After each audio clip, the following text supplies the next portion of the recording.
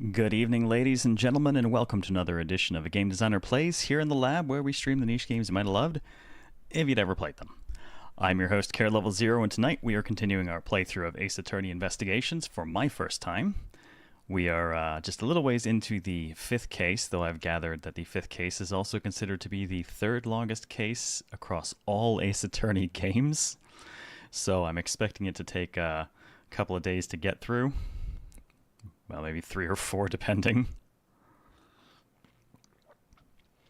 But yes, I did say that I might need a little bit of help from the community regarding our next game choice, because here's the deal. Obviously, as an Atlas fan for many, many years, I've been eyeballing Metaphor. They've recently said that it is roughly the length of Persona 5. If any of you are around in 2017, you know that when we did Persona 5, it took, on my full-time schedule, I believe 24 shows and one 2-day-long subathon to finish. It basically ran for nearly 2 months. So I'm eyeballing Metaphor, which is a game that is apparently about as long as that, and trying to decide, should I do that? Or is that going to be just too goddamn long? Given that I'd be running it 3 nights a week, I think that means it would take it a solid 2 months. I might have to stick a 24-hour broadcast in there to speed things along a little bit.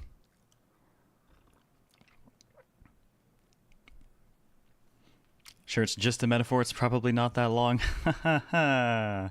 Actually, saying it's as long as Persona 5 would be closer to a simile than a metaphor, because it's a comparison using like or as. But nice try.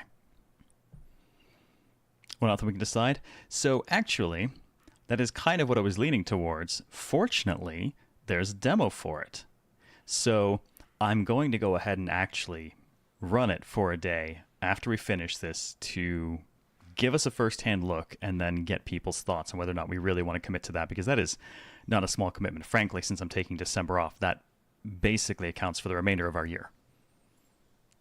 Comes out on October 11th, and I'm fairly certain that will cover the rest of October and probably all of November.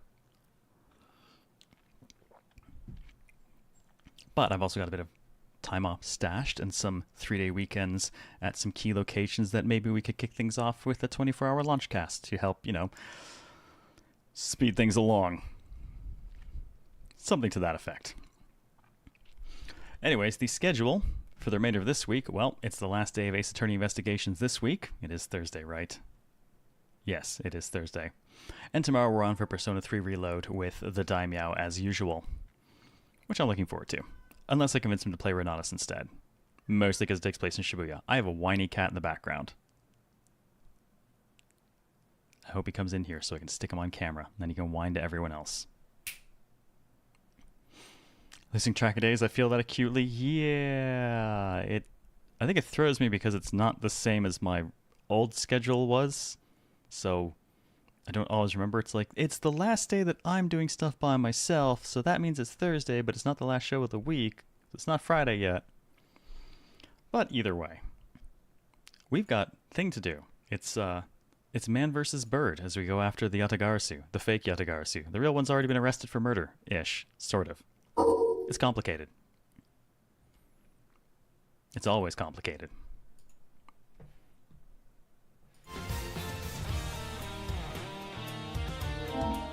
Oh, yeah. And by the way, because I'm just that kind of person and I like sharing tech with people and I don't entirely mind eating the cost of testing new tech,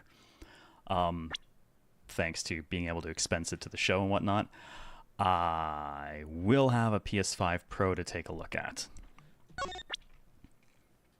So we'll get to see what that manages, if anything of note at all. One of us by force or by choice. Reaper, thank you for the 10 gift sub Smackdown. And I guess Twitch, thank you for the additional sub Smackdown. Poor Twitch, already forced to give away 43 subs in this channel because it got for the English nerd. can't even argue that one. Nope, you're right. That was 100% English nerd. Yeah, I like that we have the burning as our background now, which is not quite as good as the time we had Proto-Badger murder in the background. See if it's worth it for the community to buy the PS5 Pro. Exactly. I'll have the tech. I'll eat the cost. We can take a look at it and we can determine if it's worth anything.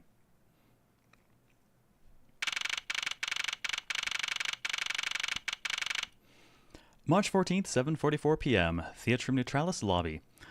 Did fall asleep yesterday, didn't see the VOD. Guess you nabbed you by the end. No, actually, she outed herself as the Yatagarasu, pulled a gun on us, and escaped, and has not been seen since. 7 years later, a fake Yatagarasu has shown up, and since we know that Kei is the actual Yatagarasu, and her father was the real one before her, we're fairly certain the fake one is Miss Yu. So we're on her trail again.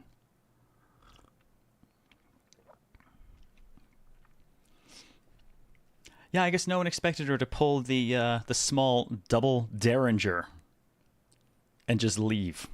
She nearly shot Bad on the way out, too. He's got a fresh hole in his jacket that somehow missed him again. That man has magical powers. Hey, Otter Toa, how's it going? By unanimous vote, she's bad news. Oh, God. Stop. You're fired. Oh, crap. Count off. One. It's a lot of... It's a lot of ones.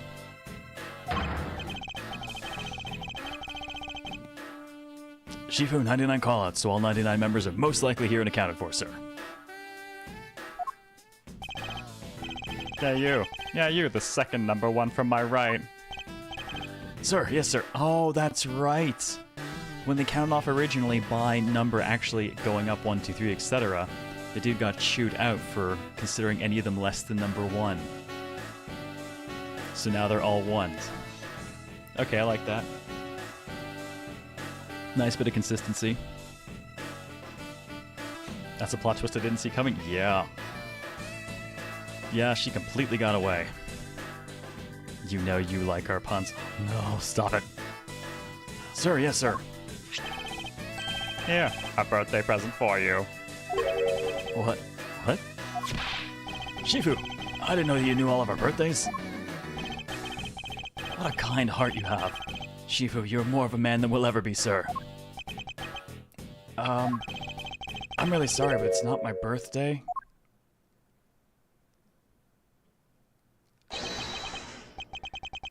Lang Ji says, a cub who disrespects others soon feels the disciplinary bite of an elder. That present isn't for you. It's for your younger brother's wife's younger brother.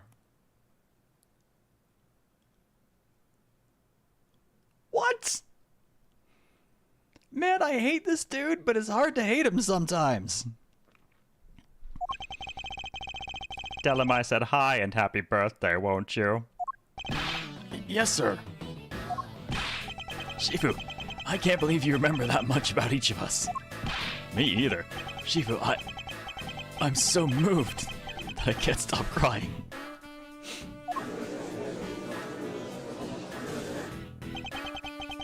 I should probably leave them to their alone time. Alright, meeting's over. Everyone, head for your posts. Dismissed. Shilong Lang must spend a lot of money on gifts. Even if they're just like, you know, omiyage, there's obligatory souvenir kind of stuff. It's still gotta add up with 99 people and their family's family. His officer's younger brother's wife's younger brother. He's the Lang arm of the law. Fair. Yo, were you guys there the whole time? I got a call from Sheena and she's already filled me in. It sounds like you're out to get in my way again. I have absolutely no intention of interrupting your investigation. I simply request that you grant me permission to investigate the Alabastion Embassy. Now what if I say no? Objection! Agent Lang, this man is my subordinate. As I have received permission from the ambassador, he is to be extended the same rights. Sorry, sis, but it's not that simple. Alabaster has the strictest immigration regulations in the world, or didn't you know? Even among my elite men, only about half of them were admitted into the country. Besides, any more cooks in the kitchen, we might spoil the soup if you get what I mean. How dare you make such assumptions? Fired Pyre Blaster or Melt-A-Gun. Multi-Melta. Don't take this the wrong way, but I thought I was in charge of Alabaster, Miss Von Karma. Look, try to understand, okay? Things over in Alabaster are a bit of a mess right now. And what do you mean by a bit of a mess? No one told you? We had an incident in Alabaster as well. This is what we call a decision based on the investigation, Mr. Prosecutor. Look, Wolfie, just let us in already.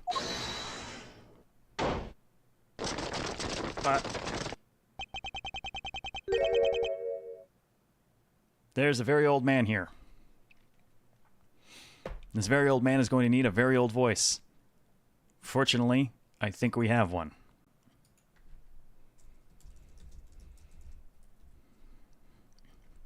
Is there a problem here, Agent Lang? Pretty voice feel? No, he might wind up in the stand, and pretty voice is brutal to keep going. I made the mistake of giving it to the, in Pokemon Sun, to your rival, assuming that, like previous games, the rival wouldn't be around that much. Boy, did I regret that.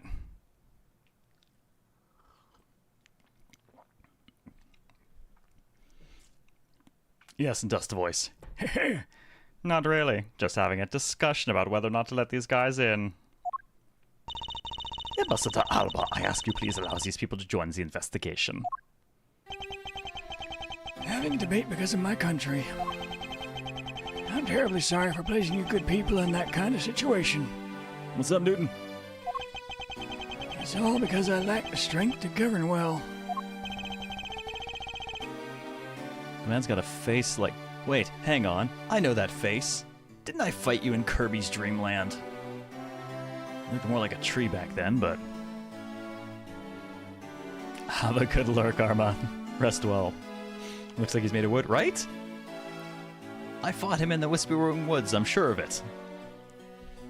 Please, it is nothing of the sort, Ambassador. You wakeling curses. Curse your frailty and inability to effect change in your country. Quirkus? Quirkus? Quirkus. What are you? Thing is, investigations conducted in my country have been under Agent Lang. Doing good playing on EDF World Brothers 2 and enjoying it? Nice. I think I'm actually skipping that one because I haven't even had time to finish the previous EDF, and that one kind of got preempted by Space Marine 2. Quirkus Alba is the formal name for the White Oak. Oh my god. And it is my judgment that in order to minimize disruption in the investigation, I should leave everything up to Agent Lang. There, you see. Oh, no way.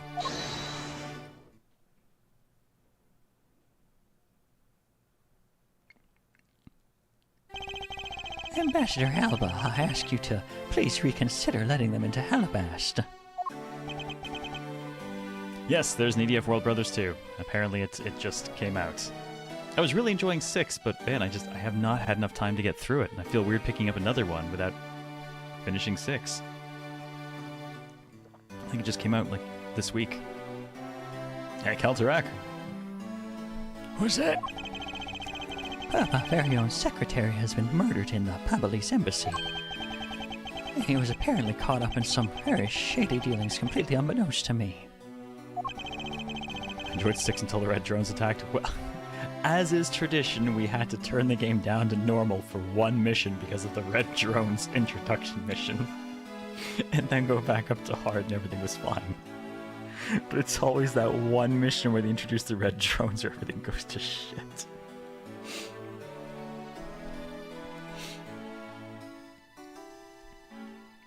so I ask for your cooperation in our investigation. These aren't much, but I hope they can cover your travel expenses to Babel someday. All right, I get it. Yeah, when he's not doing the creepy hand motions and stuff, he actually looks like a character, like respectable and not super creepy. And even if you beg Ambassador Alba, I still have to give the final okay anyway. All right, you hear that, Mr. Edgeworth? We're in. Not so fast, my little crow girl. You're still a witness in the Babel murder. So I'd like you to please stay in the Republic of Babel. You know what they say, no leaving the country. Detective Gumshoe, please take good care of Kay for me. Haha, 2 birds, 1 stone. Yes, sir. Sounds good to me. The fewer troublemakers, the better. Pretty sure she's just sticking her tongue at him. And apparently still has Gumshoe. Huh.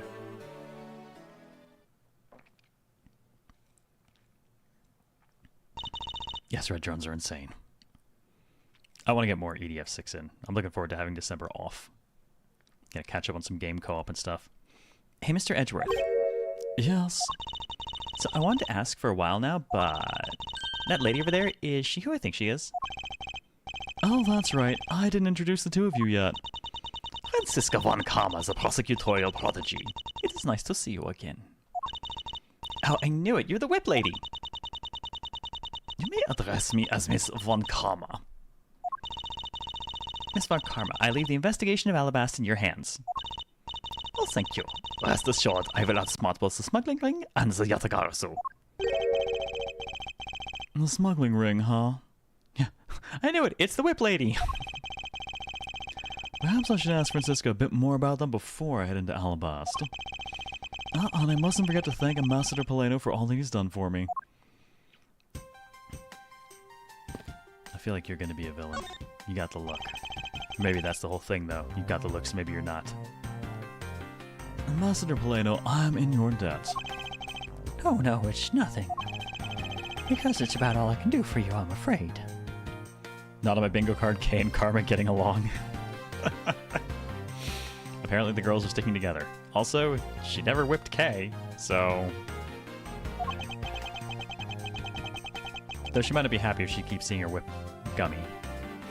I only ask that you please bring Manny's killer to justice. I will, Ambassador, on my honor. Wow, you're so sensational. You've really piqued my curiosity. I know they are much, but know that I'm giving them to you wholeheartedly. I'm gonna have so many coupons. No, that's quite alright. Oh, well, how about this then? Ooh, pink. And what exactly is it? It's fountain pen ink. Known as Babelese ink, it's made exclusively in Babel. So this is Babelese ink. We make it from white crystal oil, which is mined through our mineral mines. Please accept this ink, 1 dip of your fountain pen in this, and you can write for hours in your organizer. That is good ink. How fortunate for me, the ink in my pen just happened to have run out. I gladly accept your gracious gift, and I bet this is going to wind up being evidence. Yeah. Probably worth way more than the coupons. Yes! Honorary pretty dude! Bill, thank you very much. Get gifted. Five gift subs. Ha, ha, ha. I haven't got to see that one in a while. Bill, thank you for the 20 gift sub bomb that apparently triggered the 5 gift sub Twitch bomb in response. Thank you so much for that. How you doing today? Always good to see you. I think I've got I think I'm at the highest sub point count I've ever had now. Yeah, it got confused on Mecha's earlier, and his sub nick triggered 41 Twitch subs. Great, wonderful. I guarantee to you that writing with our ink is an unforgettable experience. Oh no, I got him, Toa. I didn't get you because I said somebody pay the price and I'd get Bill, and I did get Bill immediately. And since we don't export it, if you run out, you're always welcome to come and visit our fair nation. Oh, there you go. Reaper got you extra anyways. Talk about cornering the customer along with the market.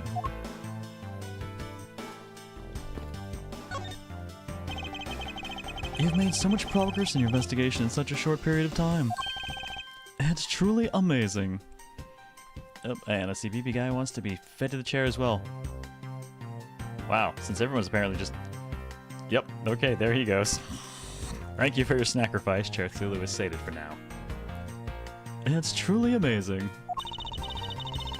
Agent Hicks, whose help I had requested, was cut down before he completed his task.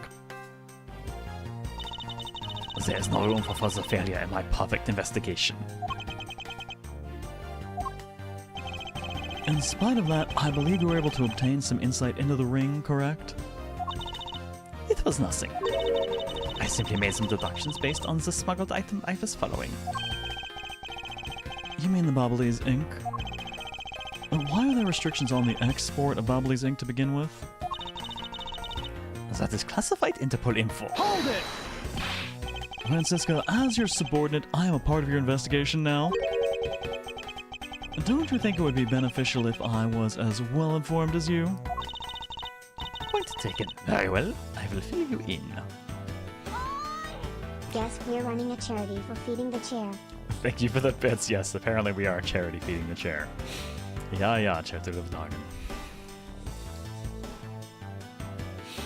Oh, before I forget, the YouTube side is also up and is running a nice high quality and all that. And we're gonna let me know if anything blows up on that side today. We had a weird incident yesterday where it just dropped dead suddenly. So if anything does happen, do let me know. Hey, Rika Nipa, how you been? Thank you, Laser, I appreciate it. Yes, indeed, we discovered some very well-made counterfeit bills circulating in Zhengfa. Counterfeit bills? Yes, as you may have deduced. The counterfeits are being made with Babble's special Babalese ink. YouTube side rise up in the name of the English nerd. One of us, by force or by choice. You correct one person about the use of metaphor versus simile, and then you're an English nerd. Anonymous, thank you for the gift sub to Rika. Join the Science Bug and Emotes, Rika. Welcome back. My force or by choice, apparently. And it is virtually impossible to distinguish bills made with Babalese ink from real ones. Thus, it was only natural for Interpol to keep an eye on the Republic of Babel. Alright, special with crystal oil-based ink, limited export because of its use in counterfeiting. Oh wow, so it's not necessarily a choice-limited export, it's that their shit's too dangerous to export.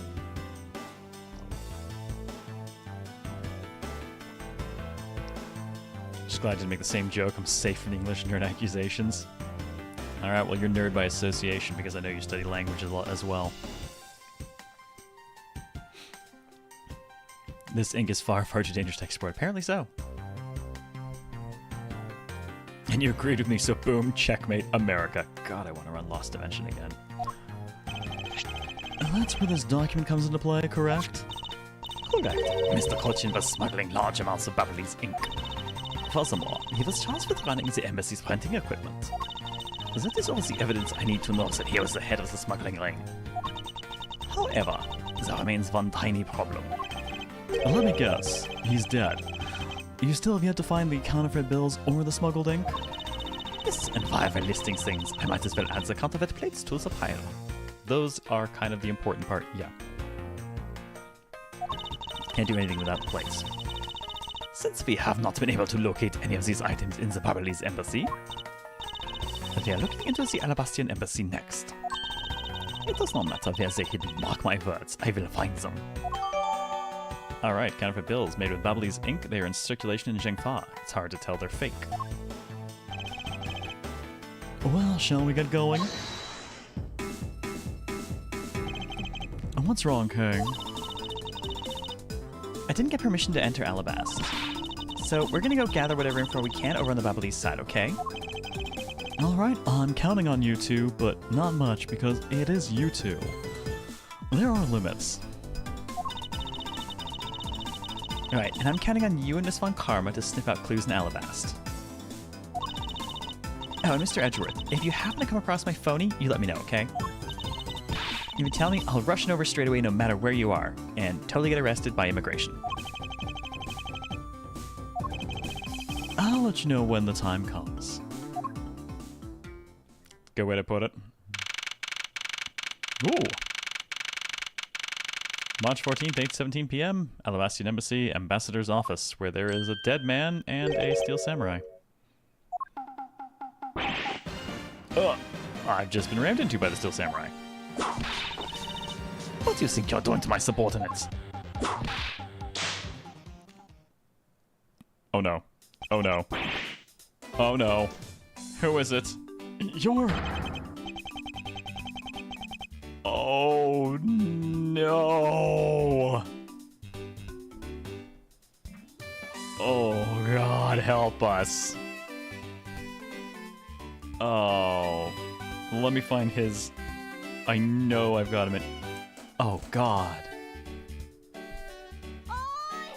Butts why? Okay. Yeah. This is the voice I was waiting to check yesterday. We did use it, but we used it back on Maggie Bird, so we're okay. Alright, well let me get him added to the damn list. Frickin' Larry's back. And he was, and will always be, Mishima. Francisca's actually kind of caring when she thinks she owns you. Yes, I guess she'd take good care of her pets. Edgy, thank goodness you're here. I'm in a really, really big pickle, your lordship. The raven, it appeared, poof, and then disappeared. Swoosh. And though I'm the steel samurai, my sword, it... Oh, I'm so confused. I don't know what anything means anymore. The one dying around. I know it looks like Kaito, but Kaito was a million times cooler than Larry Butts. And for God's sake, the dude was the ultimate astronaut. Who is this oathcake? Oh, rude. I'm Larry of the House of Butts, married man of Neo Old Tokyo, my lady. That smile. Now I remember. This person is one of your friends, isn't he, Miles? Yes, frighteningly enough, he is. Yes, no ifs and or buts about the statement of Kaito being cooler. Kaito's way cooler. Hey, what's up with that answer? Your best bud is in a bind and you act like it's no big deal. We're just used to it, dude. Yes, that means Larry gave Edgeworth his autograph.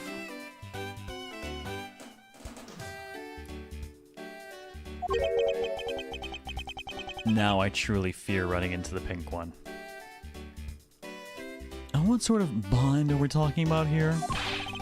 The suspect kind. I accidentally became a suspect in a murder. Again. I see, that is quite the bind. Not that we are the least bit surprised. Yes, I pretty much expected this news. From the instant I saw this unlucky face. His name is Larry Butts. I've known him since grade school, and for as long as I've known him, he has been the world's largest source of trouble with a capital T. Hey, what kind of introduction is that? You're so mean, Edgy. And before the pink one is old bag, that is my fear. Someone mentioned her hip joint like creaking and cracking, and I'm so scared of her showing up. If you're not careful, you might find your tiny number of friends go down by one. Ow. That was uncalled for. Besides, you're... Wait, hold on. Larry, it was you? You were the one who wrote my Steel Samurai autograph? Oh, you didn't notice earlier? I even winked at you through my headpiece. What is going on, and why are you beat red? This dude has just taken serious damage.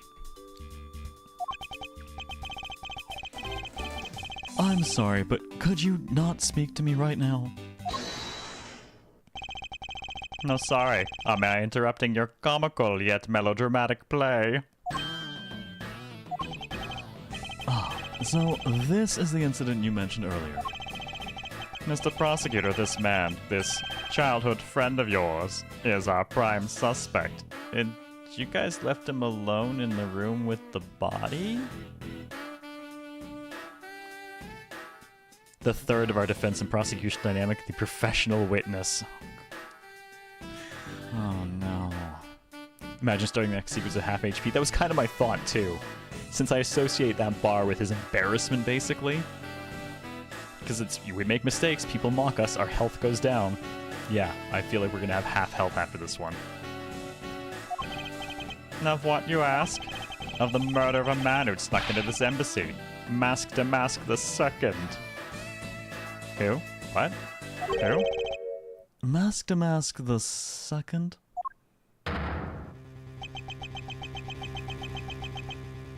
Why is that man wearing Griffith's headgear? Only Larry could get himself into yet another mess as fine as this. But no matter what the facts seem to say, Larry's not the type to commit murder. Uh-huh, but you know what? One day, Larry will commit murder. And none of us will see it coming. Because we're used to Larry being at crime scenes. And we're used to him being unjustly accused. He's just building up the ultimate long play murder.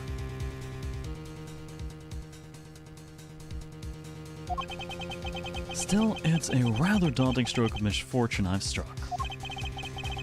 I have to prove that Larry Butts is innocent of all wrongdoing, or at least this wrongdoing. Incidentally, there are 3 knives back on the wall there. Shivu, we've identified the victim. Go to work. I'll take that report now. Agent Lang, would you mind if I took a peek at it as well? What did I tell you earlier, Mr. Prosecutor? Don't get in my way. Okay, well, can I look over your shoulder then? I mean, God. Murder weapon must be the autograph. Oh, that's how we die. Humiliation via autograph. There's only enough flesh here to feed a one wolf, and that one is me. So no, you may not take a peek. But Agent Lang. Officer Bad?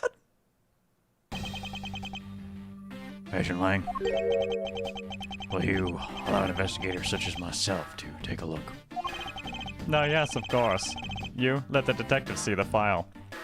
I suppose I shouldn't be entirely surprised that he's there, because one of the lines that was quoted to us by Lang during the 3rd case was also said by Bad during the 4th case. That was the 1st case.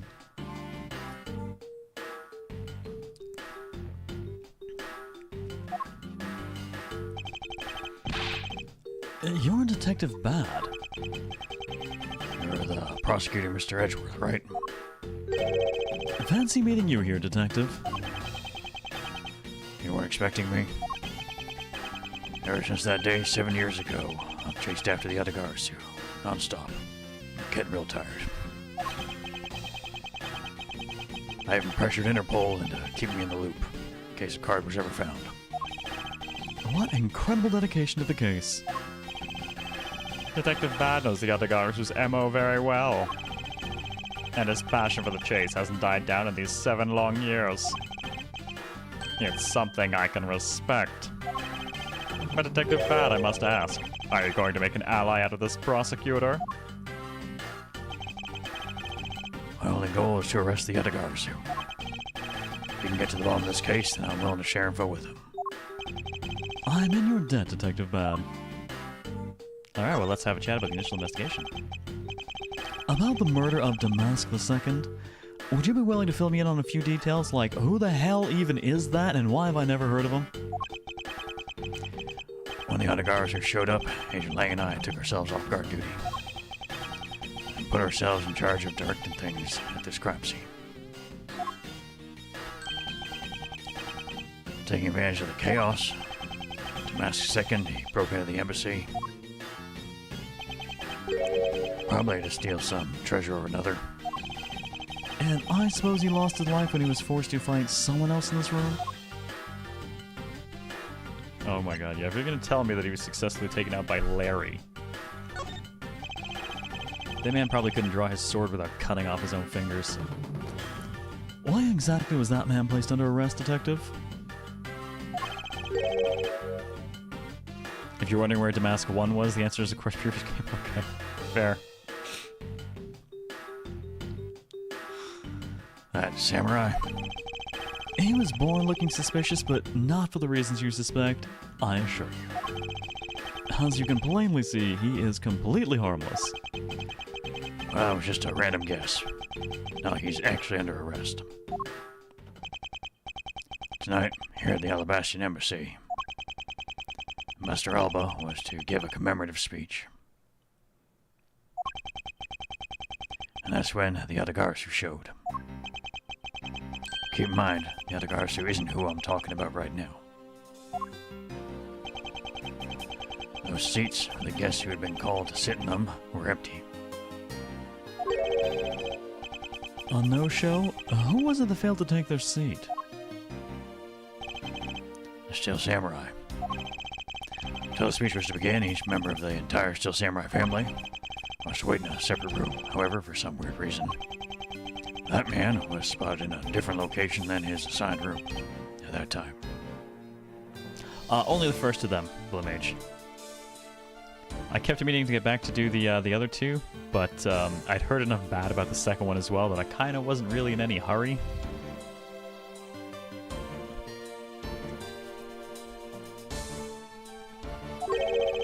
And where was he?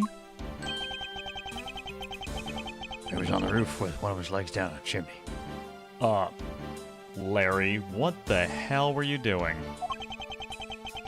That chimney leads directly into this room. Larry Butts, you've really outdone yourself this time. What were you thinking?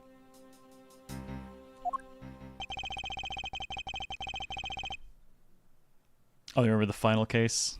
Second isn't terrible. Definitely say it's the worst of the original three, but it has an insanely good final case. Oh, man. I know I'll get to it eventually, but, like, I'm just not in any rush compared to the huge list of stuff I have to get through.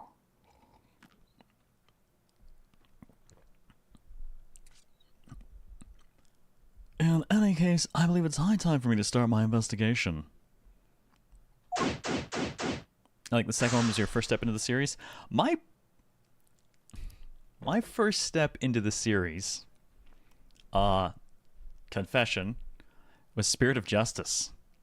And that's because when that was coming out, it was back when Capcom was still willing to hook people up with early copies of stuff for streaming. And very few people could stream 3DS games, so yeah, I got my hands on that, and we got to preview it before launch. And that was my first foray into the series at all.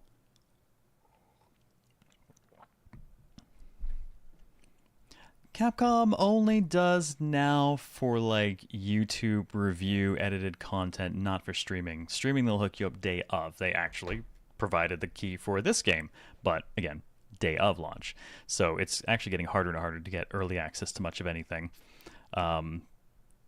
So I've been doing this for 10 years now, and I have seen so many changes in process and people in the various companies that I have like had PR contact with, that it's honestly gotten so much messier on our end than I think it ever used to be. Well, first things first, I want to take a look at some knives. There are some weapons on display on this wall. A crossbow, and under that, a set of knives bearing a flower motif. They must be the counterparts to the Babalese knives. Which means that the blades inside these scabbards should match the blade that was used to kill Mr. Cochin. I would rest until I've inspected blah blah blah blah. We know. I can spot absolutely no difference between this Prima Duck statue and Babbles. The statue's face looks a bit like that costumed hero you like so very much. I only wonder why you Americans have such an affinity for this kind of face. The statue wasn't made by an American, you know. At least, I don't suppose so. Knew that old man looked like a tree, right?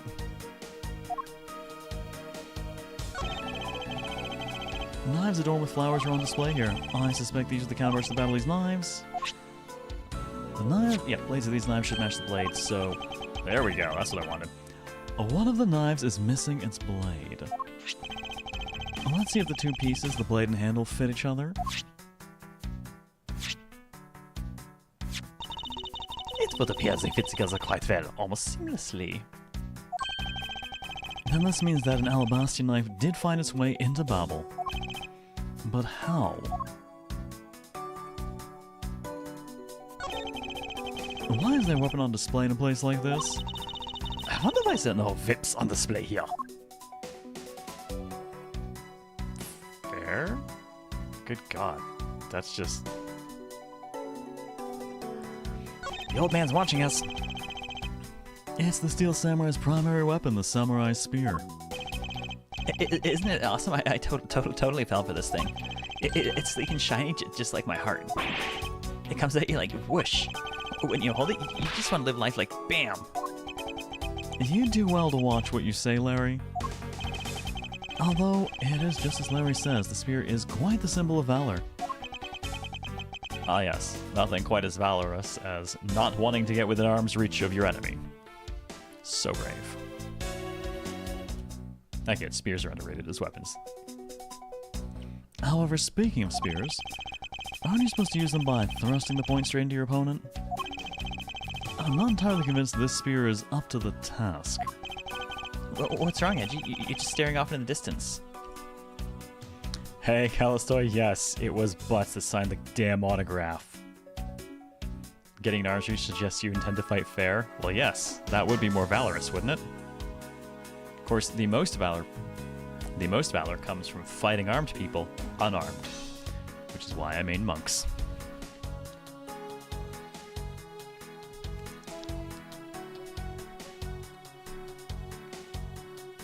They are inspirational.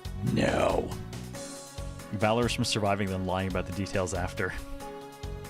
Why do that when my monk can murder the shit out of everyone with witnesses aplenty? Oh, I get it. Tell you what, I'll tell the studio to make you one, okay? But this one's mine. Did I say anything about wanting one? Maybe I can shut him up if I show him the piece of evidence. Then I'll point something out about this spear. Where do I have my evidence that's related to the spears? They're, Well, he drew the spear there, but it's obviously different. And I think that's the only thing I have related to the, Yeah, I mean, it's meant to be pointy. That one is not pointy.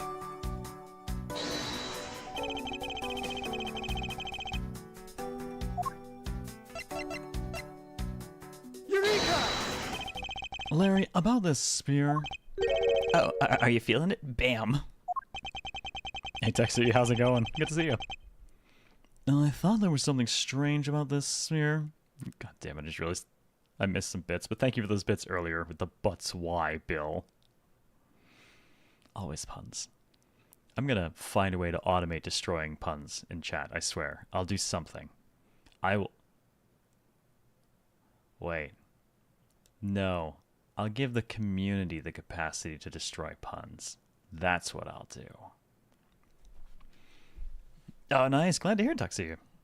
Progress is always good. I don't make nearly enough anymore. I'm honestly looking forward to my...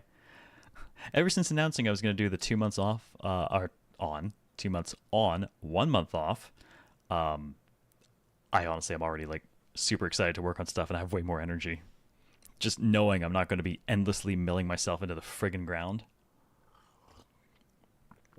Oh, it makes me so happy. It already has an effect. I thought there was something strange about this spear. And tell me, Larry, is it just me or is the spear a bit bent? What? No, wait. It's exactly as it should be, yo. I have here the autograph you wrote for me earlier. Now take a good look at this, which you drew with your own hands. Good God, the face in that samurai.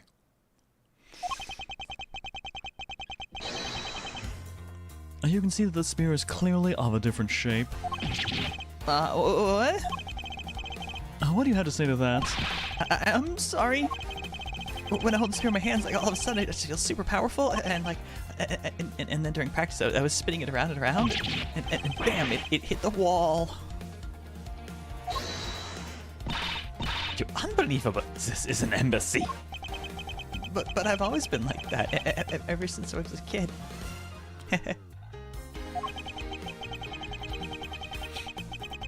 One time on an overnight field trip, I brought a fake sword and played with it late at night. I'm just a useless hot-blooded man. Larry, clarify that for me, will you? Okay, so it was some field trip, and I began to shadow fight with myself. Not that. I meant what you said earlier about spinning the spear and hitting the wall. Oh, that's no biggie. It's not like I left a hole or anything. That's not why I'm asking, Larry. The samurai spear is made of metal. I somehow doubt that a move as simple as spinning it around would cause it to bend. Man, Edgy, you're so naive. What? Where did that come from? Well, you keep calling it the samurai spear, but it's not real. You can't really fight someone with it. Because it's hollow on the inside. Just like me. Hey, Franzel. Yeah, when something smells, it's usually the butts. You could hit it against practically anything and it would bend. Is that so? Don't tell me you thought it was real. Oh, but don't take it the wrong way. I just think that part of your personality is cute. I see. Your friendship truly is something special, Miles Edgeworth. That's not friendship, it's utter humiliation. Health bar damage sustained. Alright, samurai spear. Oh god, it is so much more bent in that picture. Weapon used on stage. Larry hit it against a wall and bent it. It's hollow. Are we gonna have to use this to prove that you can't kill anything with it? What is this plant supposed to be? Francisca, can't you see that it's supposed to be a likeness of Ambassador Alba? As Edgeworth, as a subordinate, you have a lot of nerve telling me what to think. I look forward to your salary assessment next month. You're deluding yourself if you think you have any control over that. I hope to God she has no control over that. Edgeworth looks like he was told Santa isn't real. Oh.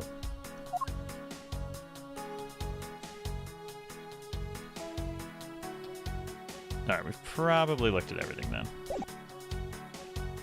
Let's talk to Larry. Larry, there are a few things I need to ask you about. Hey, how about that? I got a few things I've got to ask you too. What is it? It's like both you and him. It's like, how is it that the two of you always manage to have some cute or hot girl by your side? That's because we're gay, Larry. And Franzi, what about that promise you made to me? Promise? What promise? The one where you said you would model for my next book, Franzi's Whippity Whip Trip. I think the Whippity Whip Trip's about to happen. Yeah. I made no such promise. Ever since grade school, we've had a certain saying about Larry. When something smells, it's usually the butts. One needs to look no further than this man to find the king of troublemakers. Good God. He looks so stoic for this brief moment. Almost believable. As I recall, aren't you calling yourself Loris Donham now? That's Dunham. Larice Dunham. Get this straight in your head, Edgy. Loris Donham. Okay, whatever, dude. Ow, ow, ow, ow.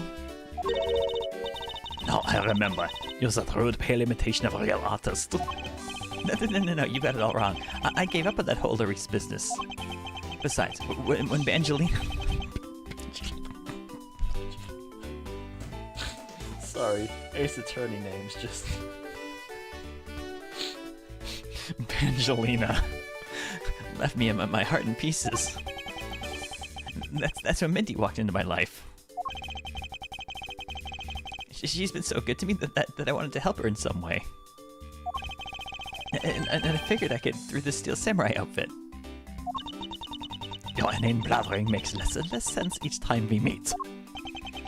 I believe he's saying that he picked up this part-time job as a Steel Samurai so that he may attempt to capture the heart of the actress who plays the Pink Princess. Well, in fairness, maybe that means it's not who we fear it is? Maybe? Or maybe she's got a fill-in today. Blurry Stoneham sounds like a classic faux European. I have no idea what people from Europe are called or even what countries are there, but I bet they sound like this sort of name. God, no kidding. It's one apostrophe off of pretending it's French in the lurkers part of it. Real French. You got it. I knew you'd know what I meant, Edgy. Not really. It's not so much as I understood, but a simple deduction based on your usual modus operandi, Larry. Let's talk about the time of the murder, Larry. Larry, I'd like you to confess right now to everything you did tonight. Confess? Hey, don't tell me you suspect me too. Hey, Epic Pikachu, how you doing? Nonsense. I don't believe you have the mental acuity needed to plan and execute a murder. However, we are talking about you here, so I find it hard to believe that nothing happened. For past experience has taught me that you are always at the center of some insane event. Edgy, how can you be so mean stabbing me with your words like that?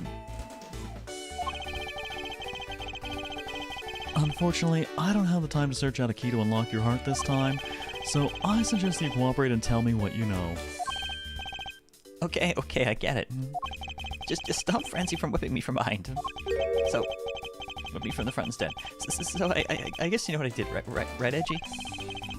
I can't even begin to imagine. However, I imagine that whatever you're up to is probably beyond my imagination. So you will tell me exactly what you did, Larry. Nope, not yet, Edgy. It'll take more than that to loosen my lips. A lot more. Confess now. Oh. Okay, well, I was up on the roof. And why exactly were you up there? Oh, you know, the wintry custom and the legendary hero. Legendary what? Hero? Santa Claus.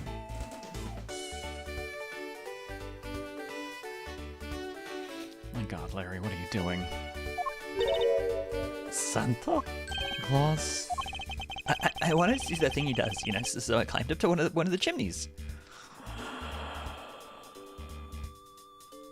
Hey, cowbell guy, yeah, nothing quite like Larry playing hard to get during a murder investigation. Larry, these people think you killed someone. Maybe you should talk to us. Do you think the police would care if we committed a murder here? If it's Larry, they might overlook it. When I got there was smoke pouring out of the chimney. Alright, smoke from chimney. Smoke pouring out of the chimney when Larry thought to climb down it. And? Well, I couldn't go down the chimney with smoke coming up, right? So I gave up. Objection! Larry, you do realize that Santa Claus does not exist, right? Of course I know. I did graduate from junior high, you know. Then you should also understand this. If Santa was real, he would be the biggest unlawful trespasser in history. Oh my God, that is so Edgeworth. This is why he never brought you presents, Edgeworth. You would have tried to arrest him. Crud. It is your attempt to initiate Santa that has landed you as prime suspect in this murder. Come on, man. What's so wrong with pretending to be Santa? Objection! Let's start with the fact that it will be the Ides of March in a matter of hours. Santa only visits homes on December 24th. That's in December, you nitwit. No. Larry, what are you, dude? Hey, wait a sec. We're not in court. Oh my god, Larry. Larry. There was the exact same statue sitting in that Bubbly's office we examined.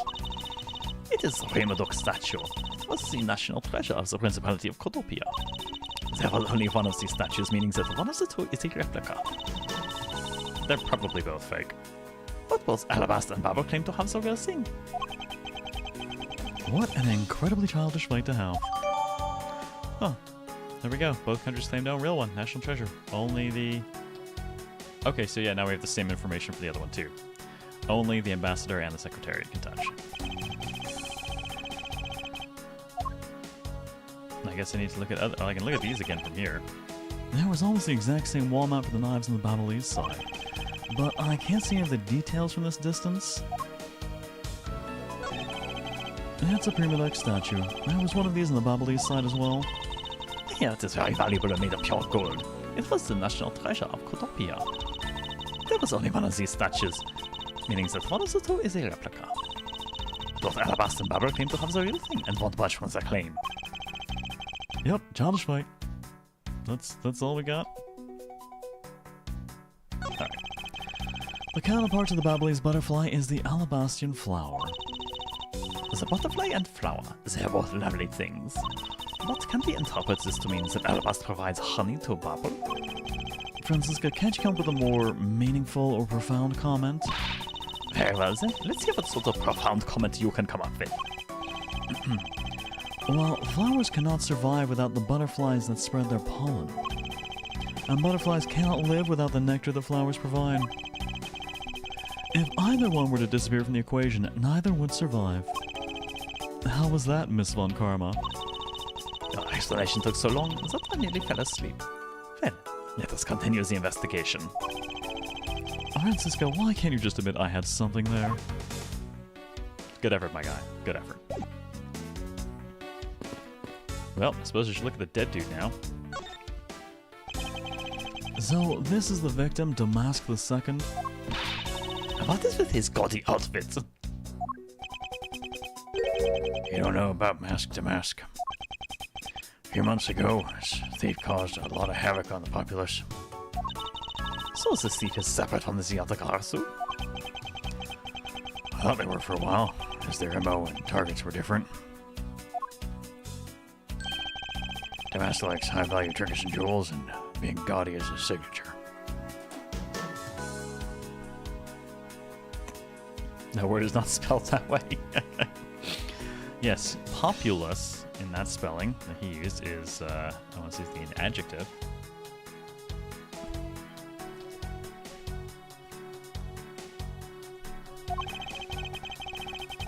Gumshoe was in charge of the investigation, so he'd know more about Damask. That is alright, but I'd probably hear tales of his failure anyway. You haven't changed a bit, I see. In any case, let's get started here, shall we? Time to poke this man's nooks and crannies. What is he holding? It looks like a piece of paper from a notepad.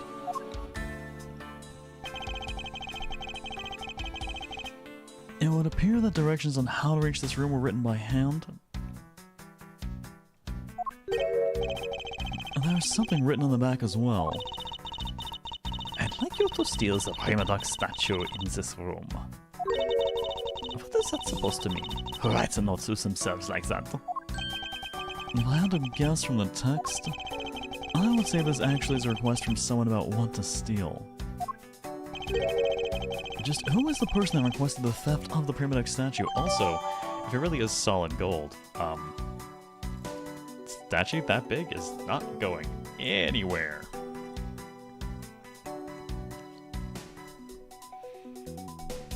Alright, request for theft of Primadoc statue with a map to where the statue is. I thought that Damask had quit the business. This guy, he's just a copycat using the name, a phony successor. He's just another petty thief. His real identity is an out-of-work guy by the name of Kashi No. He's 29 and won on larceny charges. From his clothes and what he was carrying, we determined that this guy is the real Damask II. And the cause of death appears to be the loss of blood from the back of his head. And it seems he was struck with something very hard. In other words, he was bludgeoned to death. Is that a blunt sword then? So this is the murder weapon in this case. There's blood on the blade. It is a rather sweeping sword, isn't it? And what did you expect? It's still Samurai Daddy's secondary weapon? I only call it his secondary because although he uses his sword in most of his battles, it's his trusty samurai spear that he turns to in a real fight. You sure know quite a bit about the Steel Samurai. That's only because I saw the stage show earlier. The owner of the sword is the Steel Samurai, or in other words, Larry. I should probably ask him about it, as detrimental as it is proving to him innocent. Alright, weapon used on stage, thought to be what killed Damask II. There's not a single shred of fashion sense in Damask's costume. Well, at least I can appreciate the great effort he must have put into making it. You don't know. You can buy this costume almost anywhere now. It's being sold? Since when? Start with the flat side, clearly. I mean, it's if it really is Larry's, then it's probably pretty blunt anyways. Guess the week has been tiring. Just double-checked my meeting later in the day. That was already postponed to what I thought was today, but no, the message says next Friday. Oh. Well, hooray! You get to chill and hang out then, huh? I think. You think about it, Santa would be charged trespassing, breaking and entering, driving an unregistered vehicle, piloting an unregistered aircraft. Oh man, pretty sure it doesn't have either driver's or pilot's license of driving, operating a vehicle and aircraft without a license. And I believe there are also charges for violation of airspace. Airspace is pretty strictly regulated, especially within city limits. Since around New Year's, streets are practically flooded with them. Does Santa need a driver's license if it's slow and is not motorized? Ooh. Oh, that actually reminds me. There was something recently, I want to say in Japan, where someone was ultimately arrested for... God, what the hell was it? It was something silly, but technically motorized, and because it was motorized, I mean, it technically required a license, and they did not have one, and therefore they were arrested. But it was something really dumb, like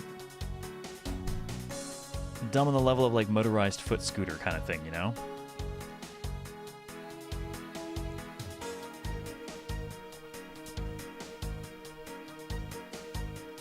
Turns out Damask is a lot more popular than I thought he'd be. Can't believe that. I can't believe that foolish fool would dress in fool's clothing to act foolishly. Well, I got your point about 3 foolishes back, Francisco. Depending if he makes noise, you might be able to slap him with disorderly conduct too.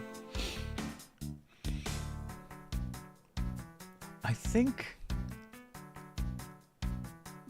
he's probably reasonably quiet, though. That's got to be part of the MO, right? Like, not being heard.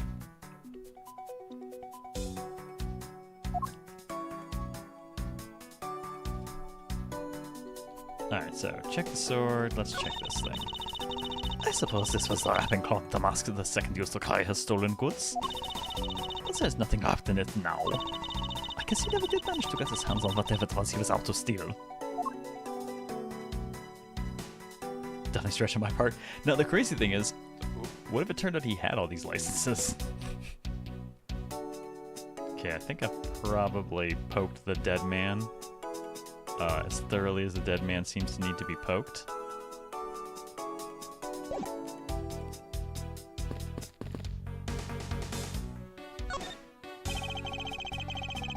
The person shaking hands with the Steel Samurai in this picture is Ambassador Alba. It was taken just before the murder. The Steel Samurai must be wait.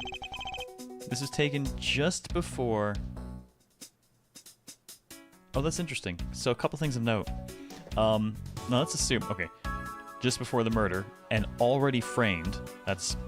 Okay, someone's got a really snappy Polaroid thing going on, I guess. But the thing that stands out to me is the statue's rotated 90 degrees to its right from what it was when we were looking directly at it. Because also the knives are under glass. Were they under glass when we looked at it? The Steel Samurai must be very popular. They're even using the National Treasure's backdrop. Illegal entry into foreign countries without a passport? Entirely possible. What if he actually has citizenship in all countries? Unlikely, but... I just do not understand. What exactly is so great about Top Knot there? And clearly there is a depth to the show that a young person like you can't fathom. Speaking of young people, aren't young children the target audience of this show of costumed actors? Taken in front of Alabast's statue before the murder. Yeah, see? It's rotated. No, I guess technically... Yeah, okay, those might still technically be under glass. But yeah, that is definitely different. Do I have anything I can piece together right now? No, I've only got smoke from the chimney. So, something has definitely happened.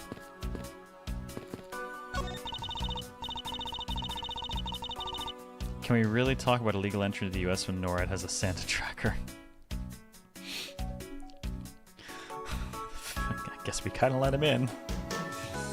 It is a fireplace, and by the looks of it, I don't think it's been used recently. Yes, I can't say I see anything unusual about it.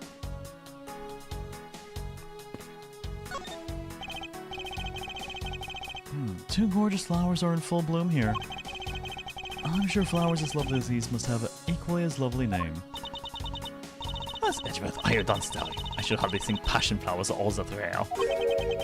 Passion flowers? That's a rather unusual name. Attack on charges for unlawful possession and transport of contraband. If anything in this sleigh is illegal to bring into a country. Ooh. Oh man, and transport of goods.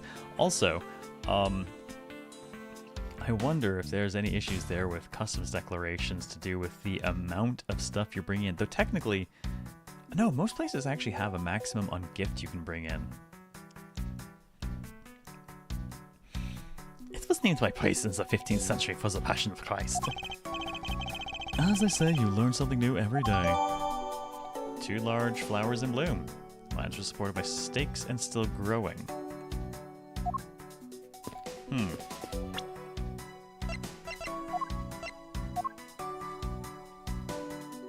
Okay, I can't look at that any closer. I was just curious if the bit in the middle there was like one had been pulled out or something.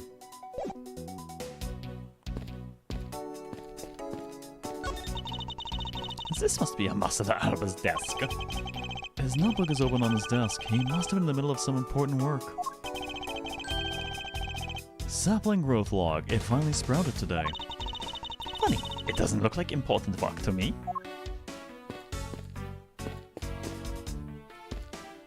Alright, we'll talk to Lang if there's nothing else. The undercut of France here as well. This room is overflowing with nature. Humans used to live in the grandeur of nature once long ago. I believe I'm not mistaken in thinking that those people truly loved nature. This coming from a man who loves shows featuring costumed actors. She just had to go there again, didn't she?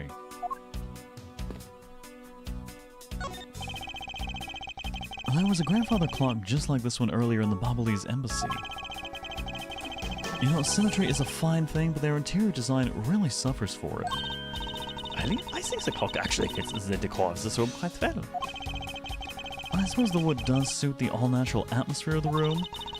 This design and the material it's made of strikes a good balance with the plants. Hey, you two, now's not the time to be talking about interior decorating, you know? Hurry up and save me. Be quiet. This is all a part of my elite investigation. All you need to do is be quiet and watch. It looks like he's really dressing down the clock with that pose. Listen here, Mahogany. Actually, I do believe Larry has a point for once.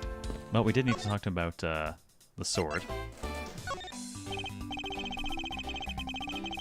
Larry, about the samurai sword that was used as the murder weapon. Oh, that. Well, I shook hands with the ambassador in this room, you know. Yes, apparently you did.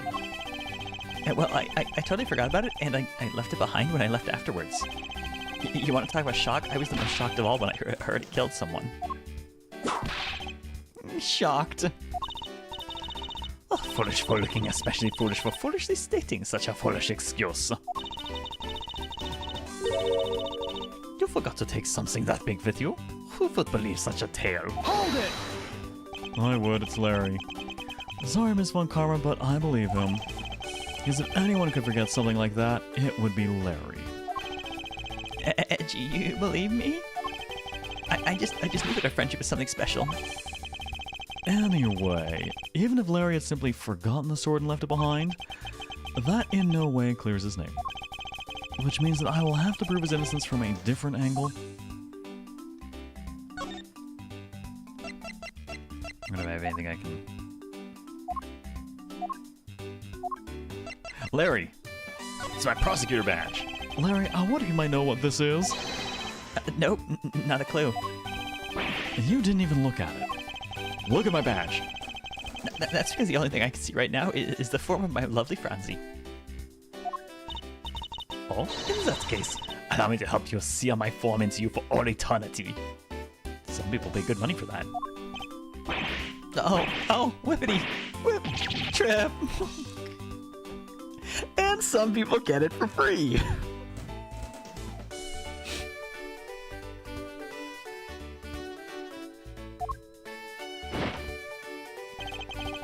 Now this is a trip I'm willing to endorse, especially if we can finally get some peace here.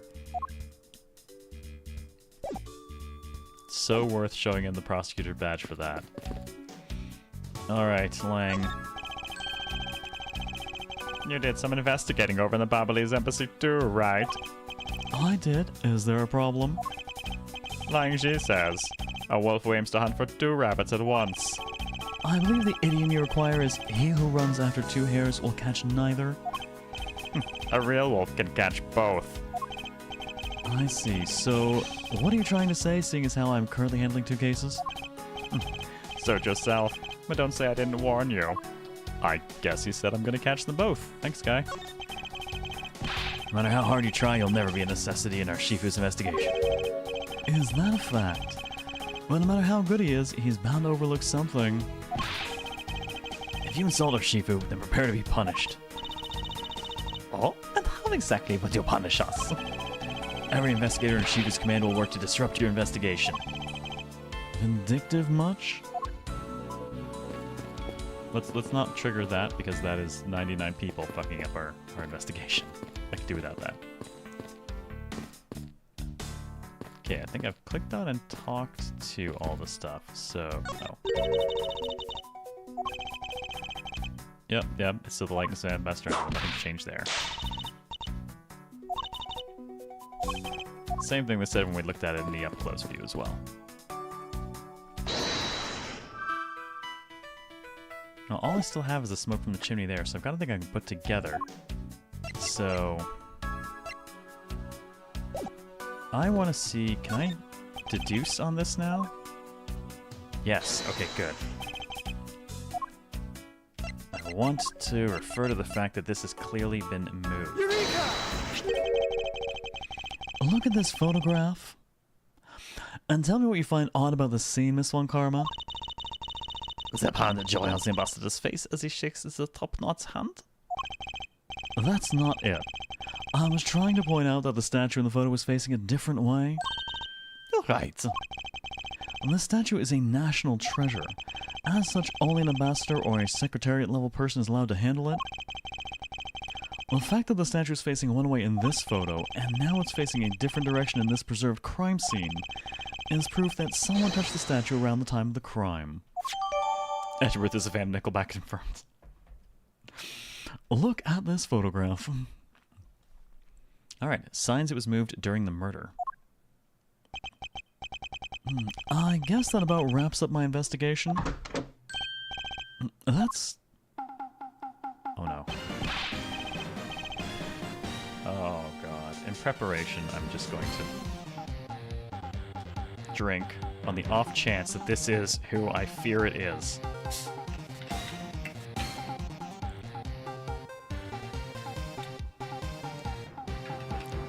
Let's stay hydrated. Yo, Pink Princess, how are you feeling? Still feeling ill?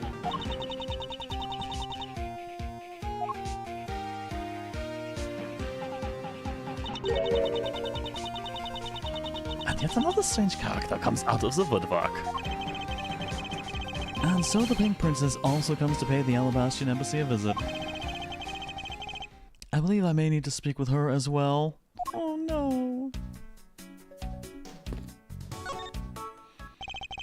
Miss Pink Princess, I have a few questions I'd like to ask you.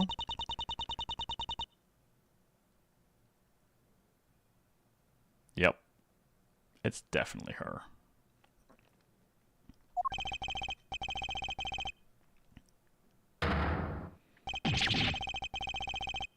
Yep. I wasn't even looking. Yeah, Miss Pink Princess, if you please answer me. Oh, this must be what they call fate. How could this happen 2 days in a row? What? Aren't you Miss Oldback? Why are you so surprised? Oh, so you're the one that got to play the Steel Samurai.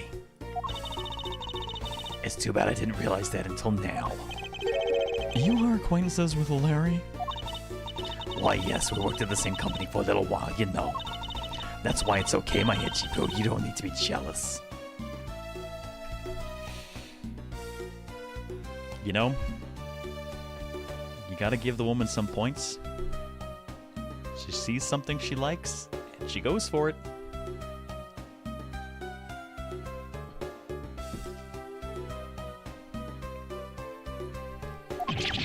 No. I was in the next room, you know, trying to get in some beauty sleep. But it was so noisy here that I couldn't fall asleep, so I came over to complain. So imagine my shock when I saw my precious Echibu waiting here for me. I mean, who could have imagined that you would ever come to a show like this? There goes my skin. Yeah. I'm waiting for the inevitable. Also, once again, I still understand why this is a long case, because it's Butts and Old Bag in one case. I know!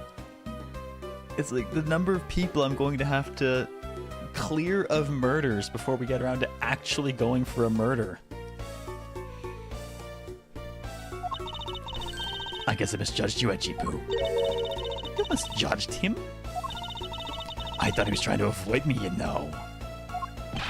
That was no misjudgment on your part. That is precisely what I was trying to do. It looks like the winds have shifted and he's now willing to be chased after. I'm simply overwhelmed. Don't you worry, Echibu, I chase you forever to the ends of the earth. Since that's just peachy. This is one of those rare times when Francisca and I actually see eye to eye. The other times when she's standing on a box.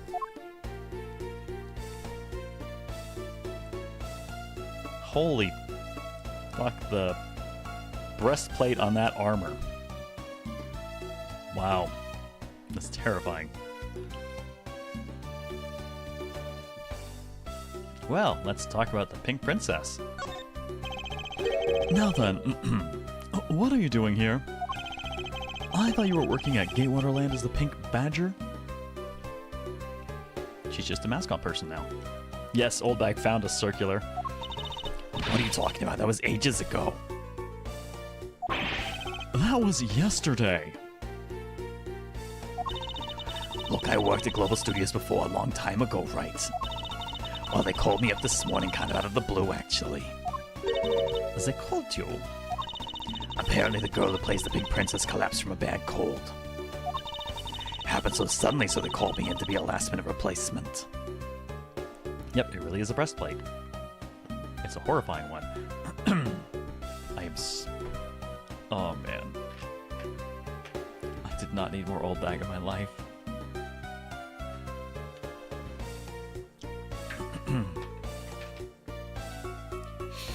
I can only take so much of her voice.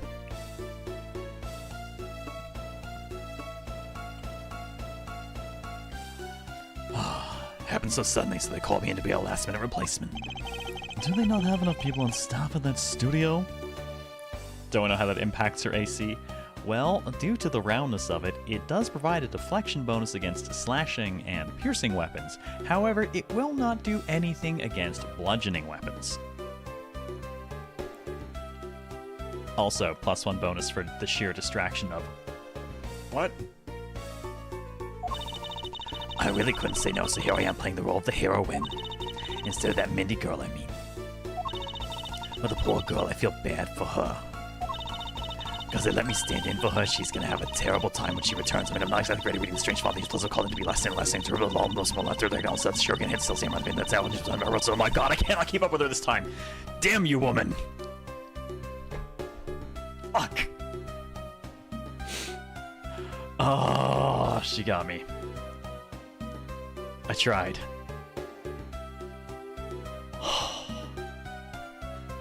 God damn you. Old bag wins this time.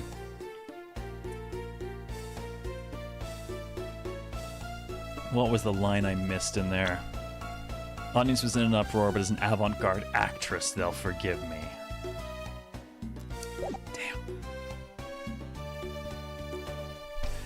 Because I tell you, they're really just a bunch of simpletons.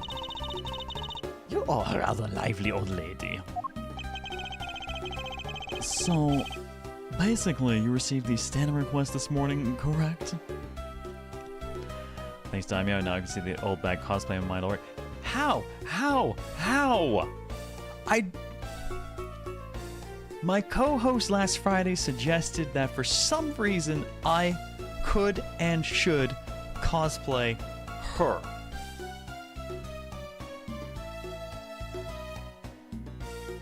Why?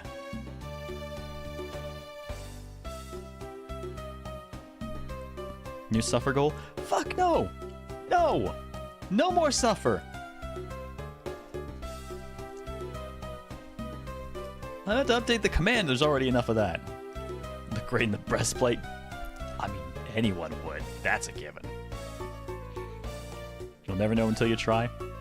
No, that's the nice thing about 20 years in game dev and finally honing instincts, is sometimes I know before we try. Just gotta squint a little. Yeah, squint a little and stick me in Photoshop. Don't you already owe us a new suffering? Fuck, no! No more suffering. I'm good. I already agreed to unvault the Goromi Night Trap incident. And I agreed to stream Hildebrand. Like, we're good, okay? We don't need anything else.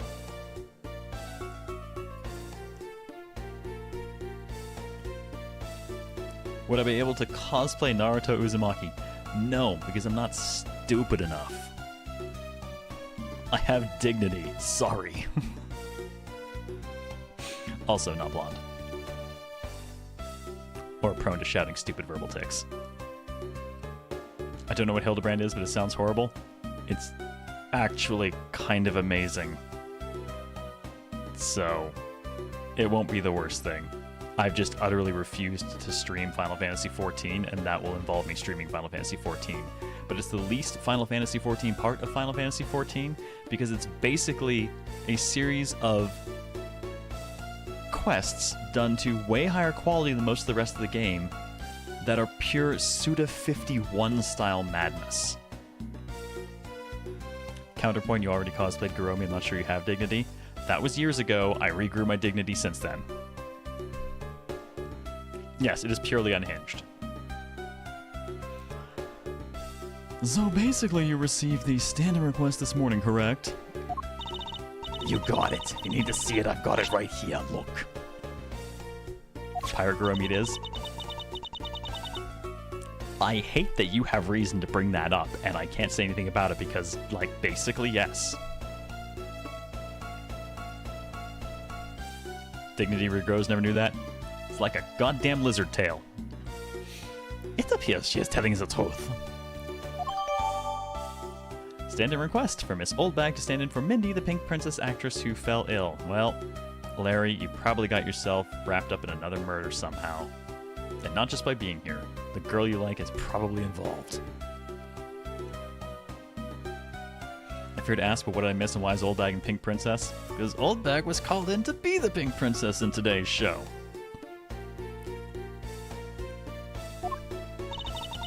I tell you, my fine acting moved the entire audience to tears. Yes, tears of laughter as I recall. Dignity is inversely related to subpoints. No, the destruction of dignity is directly proportional to subpoints. Well, being famous has its problems too, you know. Here, take a look at this. It's a letter from a stalker.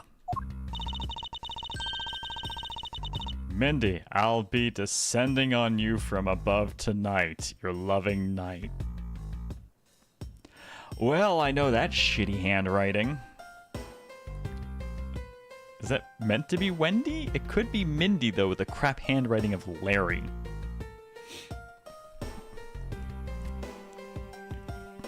I'm pretty sure it's Mindy. And it looks like Wendy. Oh my god. I was just taking my break when I found this stuck under the door to my room. Honestly, you really have to watch out for these kinds of things. Look at what it says. Yeah, it's dotted.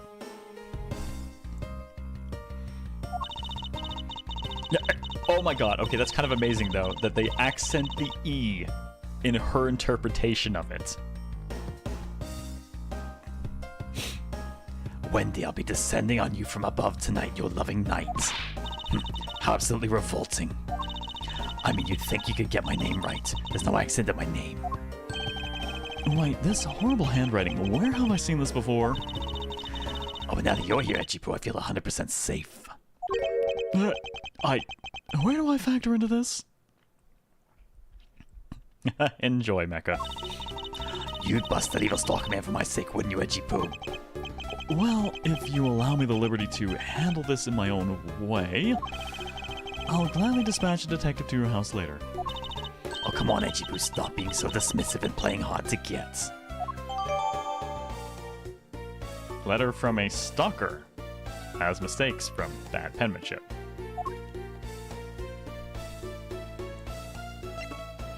Well, let's talk about the time of murder. Hildebrand was golden. The little bit I've seen of it, Blazer, was fantastic, so I don't mind that I've finally been cornered into running it. And my co-host laughed at me when this happened. I'm making him run it with me. What were you doing at the time of the crime? Oh, what crime? After the show was over, I had nothing but free time on my hands. So I used the fireplace in the room next door to keep my bad hip warm. Time of the crime, Mrs. Oldbag was warming her hip in the room next door. Santa Claus was trying to come down her chimney, thinking she was Mindy. Larry, dude. That fire saved you your life, man. And what little dignity you have. Well, a murder occurred in the room right next to yours. Was that right? Oh, Echipo, I'm so scared. Hold me, caress me. Damn this game for making me read these things. Hold it! If you could please not cling onto my personage. In any case, I take it Zenz you failed to show up as the ambassador out of the speech. Oh, that? No, I didn't go. I mean, I may have the heart of a young, tender maiden, but my body just refuses to cooperate at times.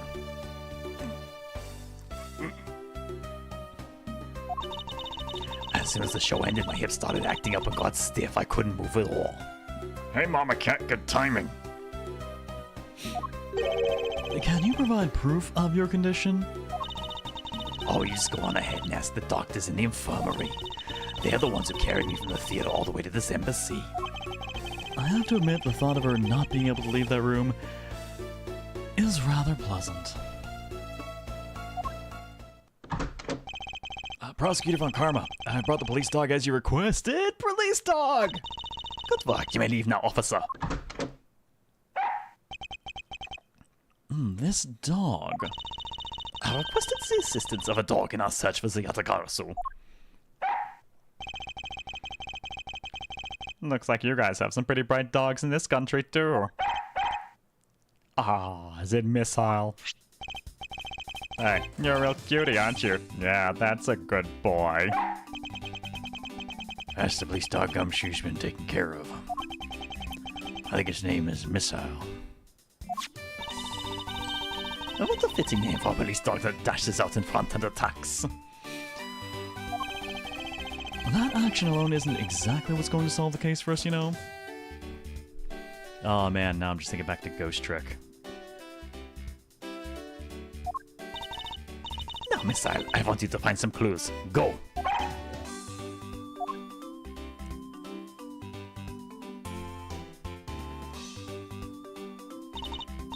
Missile was such a good boy in Ghost. No, it's not the same, but it was amazing. Oh my god, that was... yeah. Nope, that dog grew on me so much. Actually, why the hell don't I have an emote from Ghost Trick? Why the hell have I not made an emote from Ghost Trick? Excuse me a moment. I've been working myself up a list of art and things to do while I'm on my December break, so I'm going to just make a note.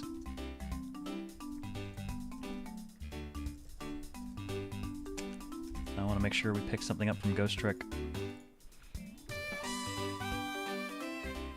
Good dog. You're certainly quite bright, aren't you? Unlike a certain someone I know. Don Missile will never be forgotten. Oh, yes. Do not mind me. I was just but a small dog able to jump between various bodies. It is nice to meet you, Mr. Sissel. Can we be friends now? Woof. Ghost Trick was fucking great. I really enjoyed that. I'm so sad that game has not managed to find more of a following, because it's just kind of brilliant. And so visually fantastic. Had to guess Ghost Trick was a bit too short for emote ideas to percolate. Possibly. It was like 3 days. Unlike Metaphor, if we run it, which I have pegged at possibly 36 casts. Now, what do we have here? What is this? It looks like a small hot dog, but... Oi, Francisca, isn't that an official samurai dog? Jesus, dog, why is your face so scary all of a sudden? Holy shit. What the hell?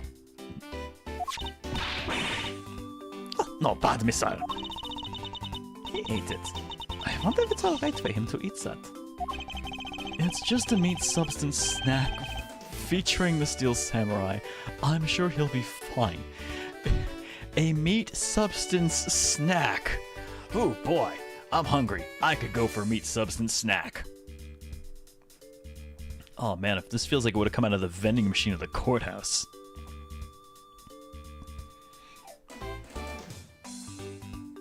Secretly we'll want to run it, so we force you to decide between taking the 1 month off or finishing the game.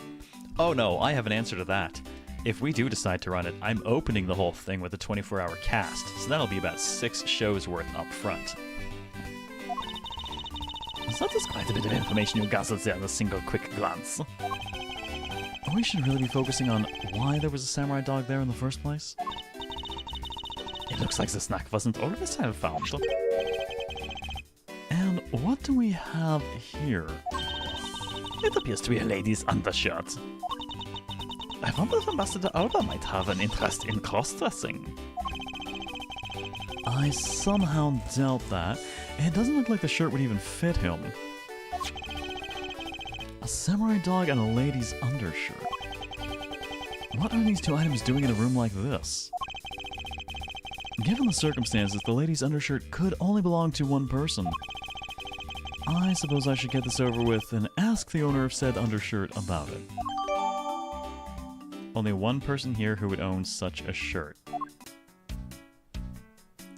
As in...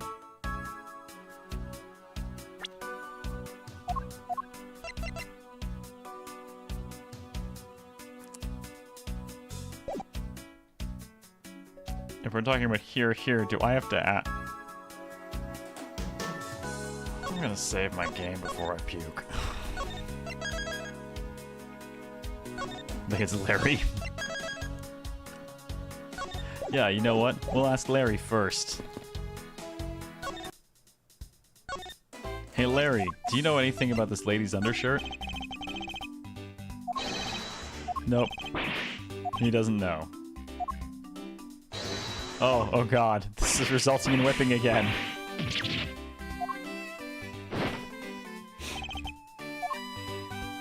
Yep, if something smells, it's usually the butts. This old bag. If you could please take a look at this brown-colored undershirt. Oh, Edgy Poo, what is the meaning of this? Huh? Why'd you steal that thing from my bags? All you had to do was ask, and I would have gladly given you as many as you'd like.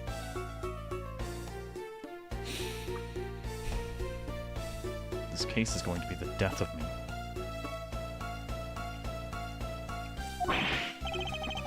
Thanks, but no thanks. This shirt was found here at this crime scene. What? That's a face. Come now, why don't you just confess and explain what it's doing here? I know nothing I tell you. What? Oh, I admit that I used the fireplace to dry that shirt. But I can't really help the fact that I had to, you know. Wearing the Pink Princess costume is like being in a sauna. And on top of that, I get fingered as a suspect. You're too cruel, Edgy Poo. About to die via hold bag, right?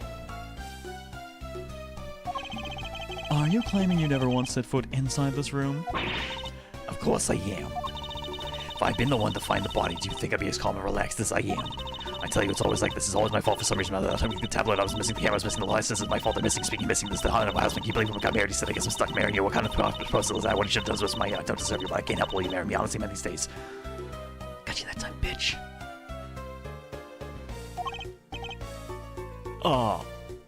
Well... I don't believe she's lying about her actions. So I can safely assume she really was drying her shirt by the fireplace on her break. Got her that time. And somehow the undershirt managed to move from the next room into this one. Found in the office fireplace, but how did it get there?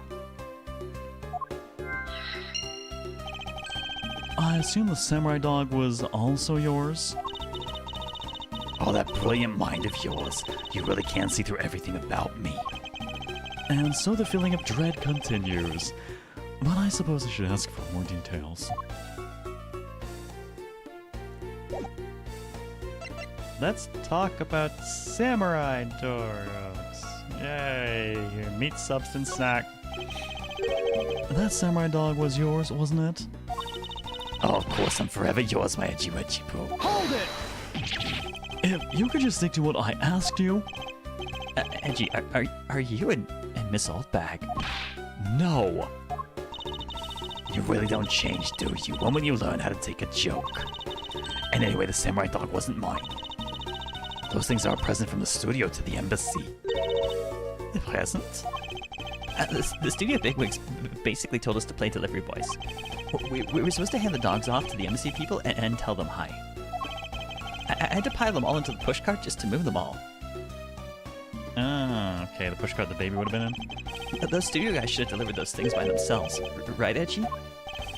So, did you deliver the samurai dogs to the embassy staff as per your instructions? Hey, Edgy, don't just ignore me and my question. Aren't you going to stick up for me? No, I don't want to get charged with murder. All about that. See, after the show, I went to rest a spell in the dressing room. Because of my bad hip, you know. And there they were. The samurai dogs were just sitting on the dressing room floor. Near old Tokyo has special samurai dogs. suppose you had to make preparations for distributing them after the show? Well, by preparation, you mean sampling them as well. Excuse me? Oh, I tried one and thought they were actually quite good. Sorry, but I just had to find out. I know it was silly of me to think this, but I figured that since they're for a kids show, their taste was probably for kids too.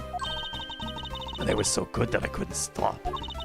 Before I went back to my room, I just had to help myself to half a dozen or so boxes. As I sat there by the roaring fire, warming them and eating them, I thought, oh, this is... What is it now? Oh, I know. I bet you want a box too, don't you, my itchy poo? Well, who am I to say no to you? But I'll only give you one. The rest are all for me. Present for embassy staff, Miss Oldback took and ate a few from the dressing room.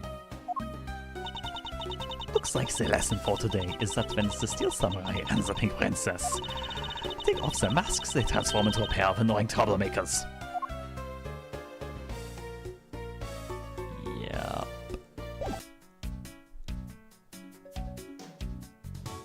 This woman's giving me a headache. He was a much bigger help than I thought he would be. Yes, however, there are a few aspects I don't understand about what he found. In that case, you should keep on investigating until you do understand. Now I support in it. Continue with the investigation. Alright, I will. It's with great dread that I proceed and do what I must to solve this case.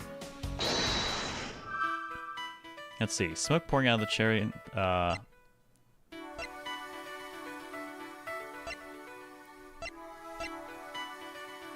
Okay, well, I'm going to connect these two because this will bring us to Larry was going to climb down that chimney. I don't know if that'll do anything for us other than the fact that he was probably trying to creep up on Mindy, but I feel like these two things will go together. There is no trace of this room's fireplace being used. And your point is? Smoke was supposedly pouring out of the chimney connected to this fireplace? At least according to Larry. This is a contradiction of facts, is it not?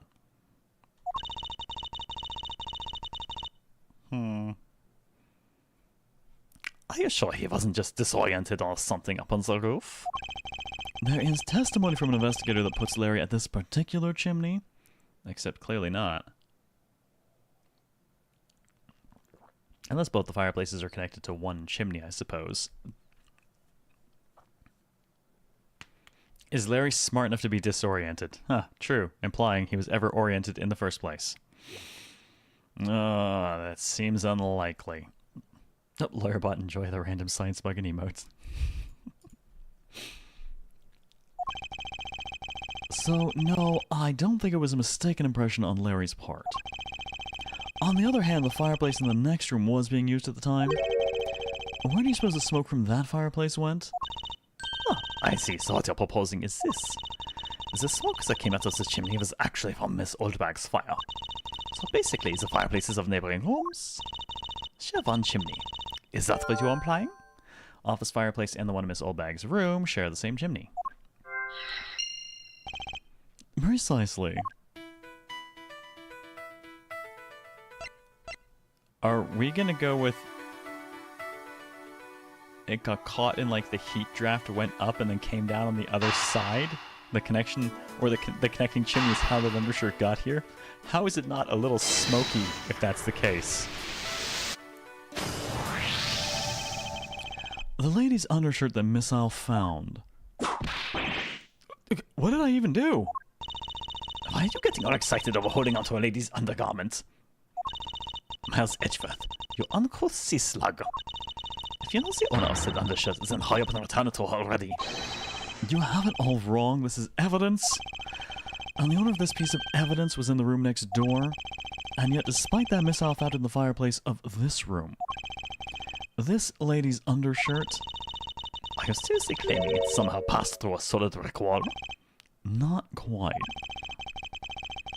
The fireplace in this room is connected to a chimney. The other fireplace in the other room is also connected to the same chimney, leading us to the possibility that the two fireplaces are connected to each other. Perhaps a closer look at the back of the fireplace is in order.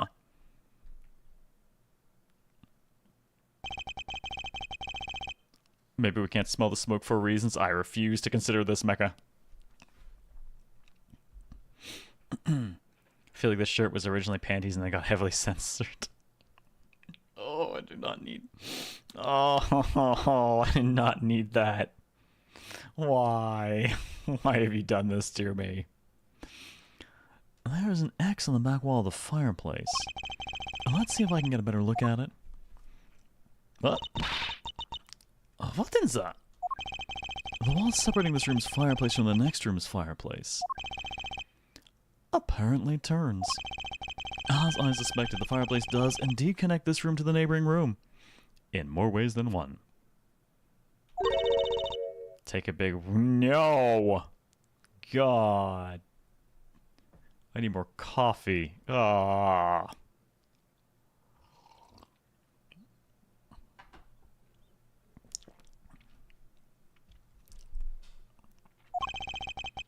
There appears to be nothing particular about the next room, but the fact that there's nothing special about the next room isn't what's important.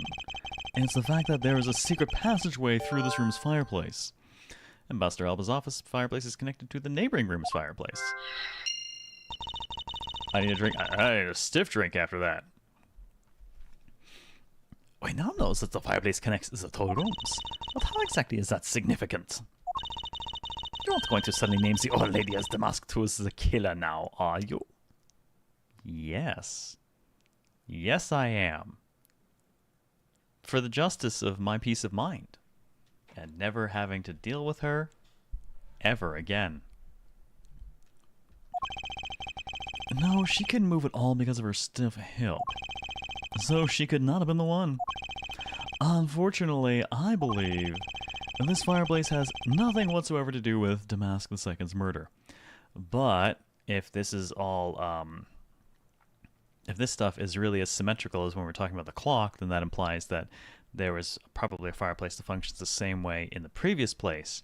So that would explain how our person disappeared when Kay was chasing them.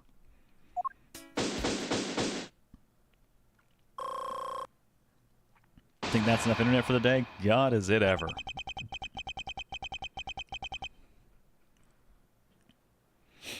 It would appear that the answer has made itself known. You're making quite a confident face there, Mr. Prosecutor. Bring it on. I'm ready to counter any argument you may have. Very well then. If you are prepared, I'll show you exactly where my deductions have led me.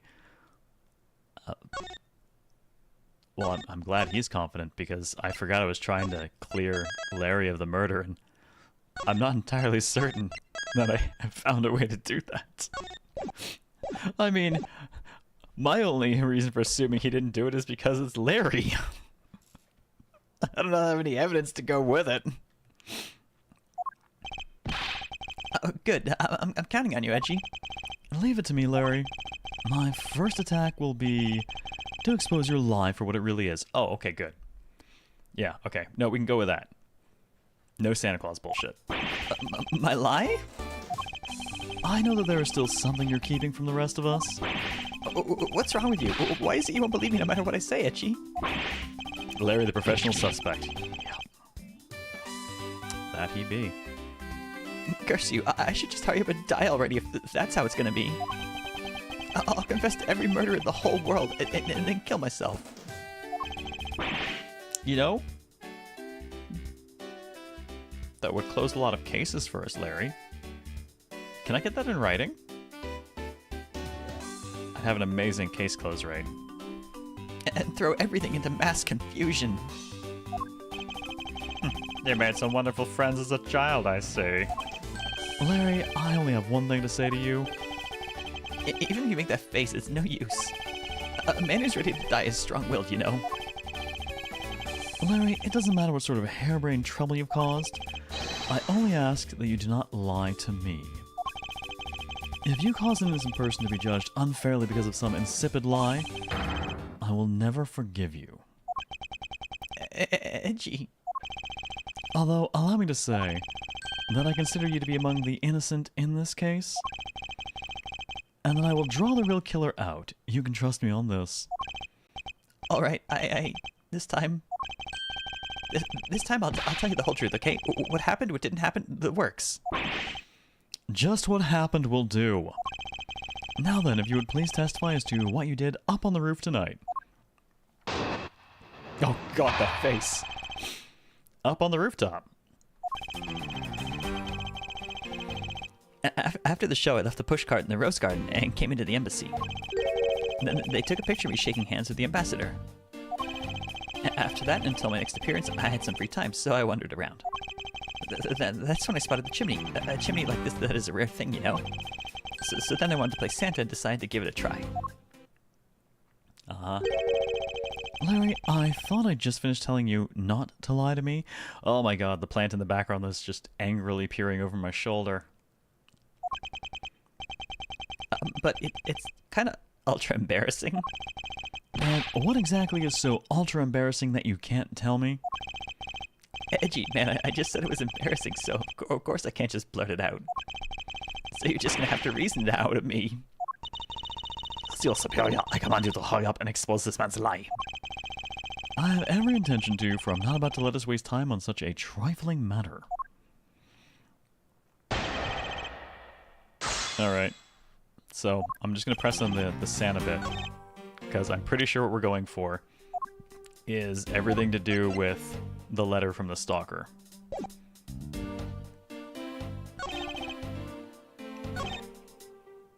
Seems like that's a rare thing.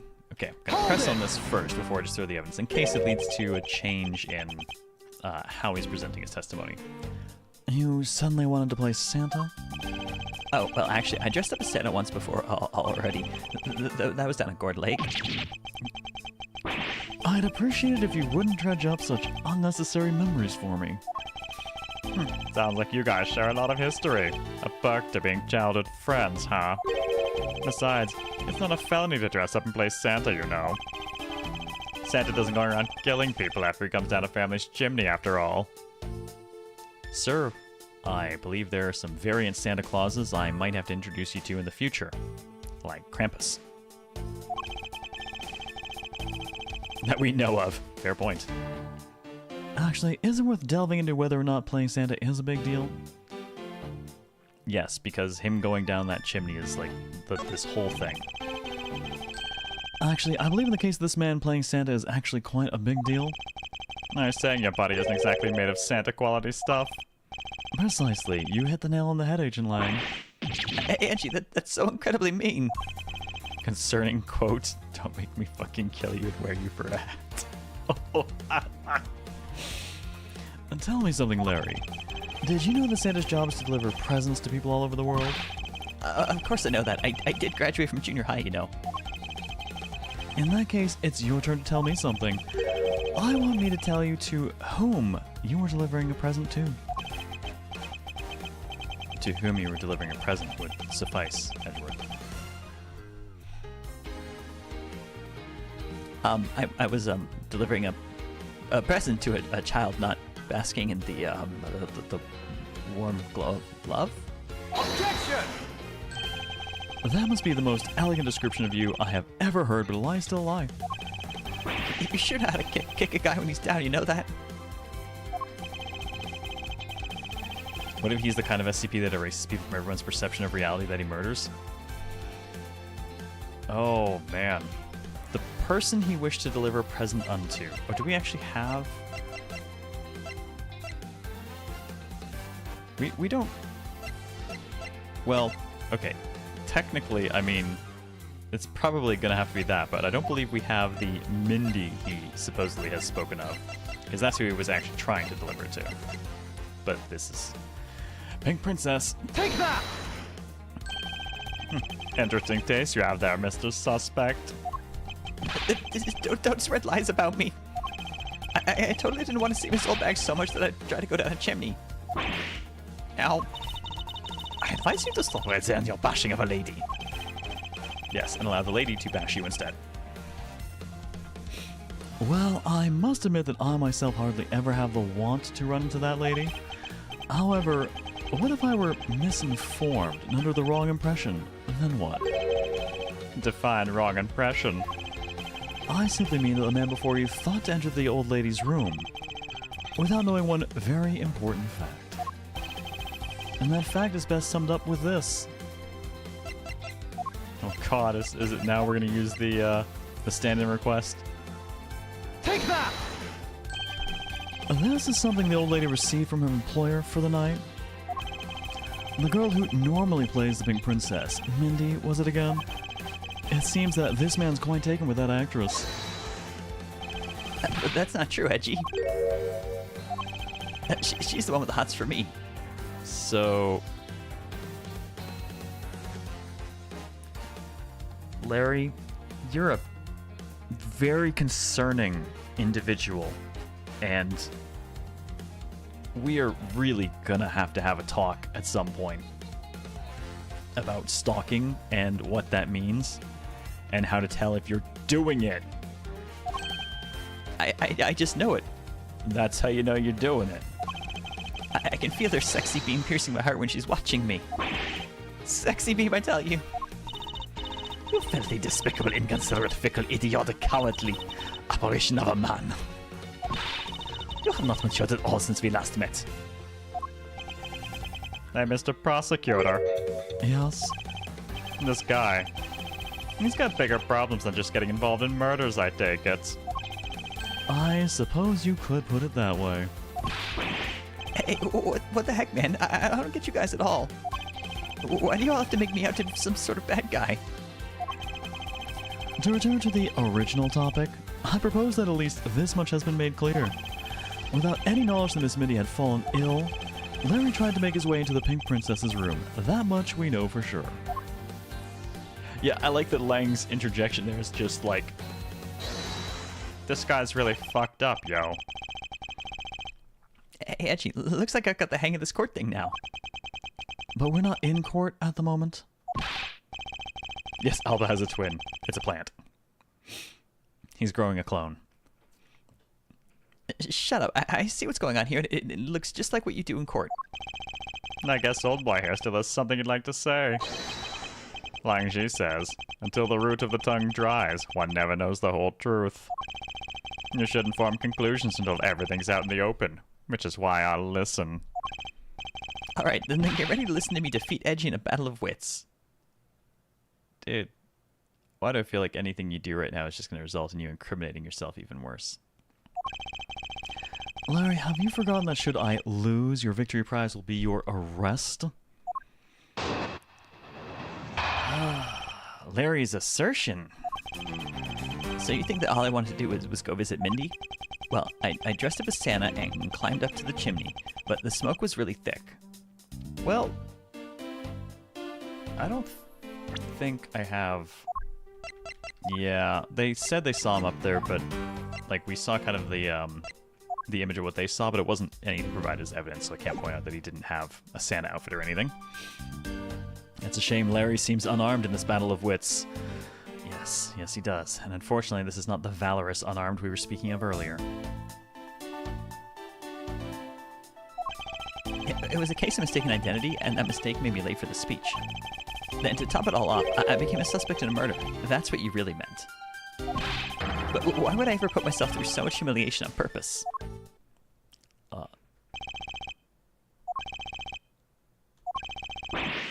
Hey, someone say something.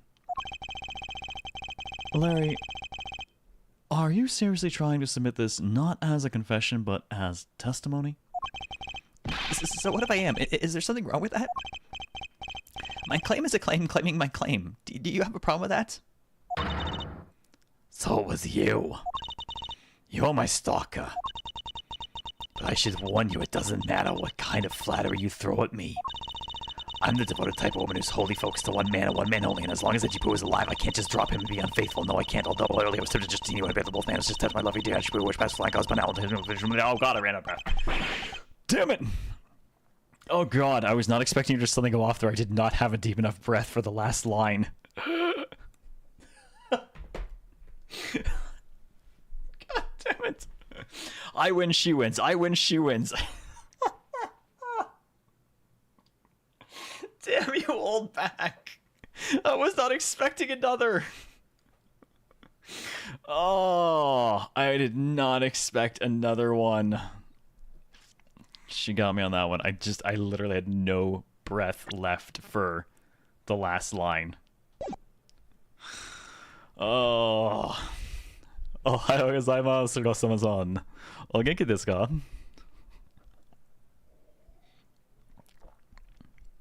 Man, defeated. You should always expect it. Normally, I see it start to come so I can take a deep breath, and it just went. I did not have the breath for it.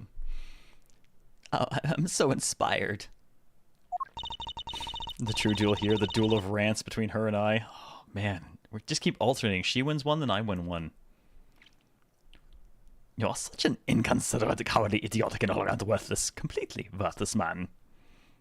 Ikihage today too? Yes. Many objections. I thought I heard something ominous just now, but perhaps it was just my imagination. I believe there is nothing further for me to prove at this point. What do you mean? Of course you've still got something to prove. You still have to show some proof that I was trying to meet up with Mindy. Proof, you say?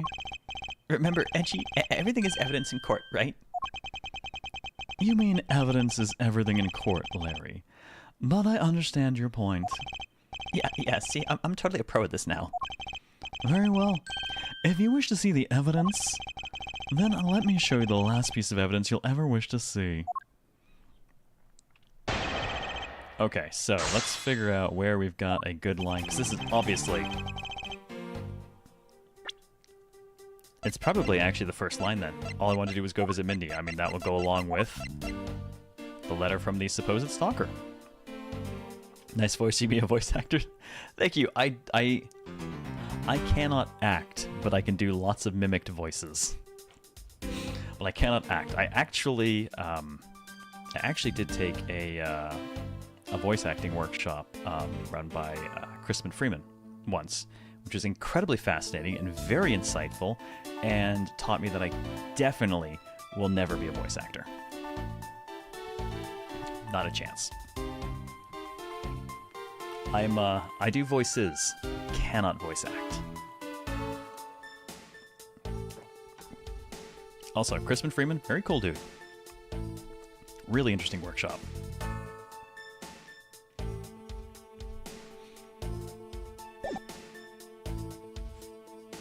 Yeah, I'm just gonna run the risk. I'm just gonna throw the letter at him immediately. I think that's our proof. Objection! Oh, I like those emotes together, Osama-san. Larry, don't even think about denying that you have knowledge of this letter. Hey, why are you showing the thing to me? Lindy, I will be descending on you from above tonight. Your loving knight. Well, isn't that just romantic? But you weren't able to descend on her from above, were you, Mr. Loving Knight? Stuffed him on frame one, right? I have no idea what you're talking about. I don't remember a thing. Objection! You can pretend to be ignorant all you'd like, but it's written right here. This letter proves that you were not out to meet the old lady, but rather that you were attempting to pay Miss Mindy a visit. What part of this letter shows that the person Larry was intending to meet was Mindy? Oh my god, I'm gonna go specifically for this. Take that! Larry, I suggest you take up penmanship lessons. That is, if you never wish to experience this level of embarrassment ever again. What the heck? What are you talking about? Speak English.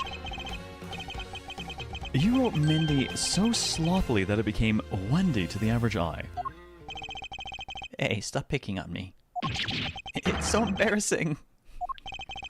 There. Isn't that what childhood friends are for? They're the best, aren't they? Okay, I am kind of really liking Lang in this scene, though. For punching. But that'll have to wait until we're off this crime scene. Edgy, save me from the scary man.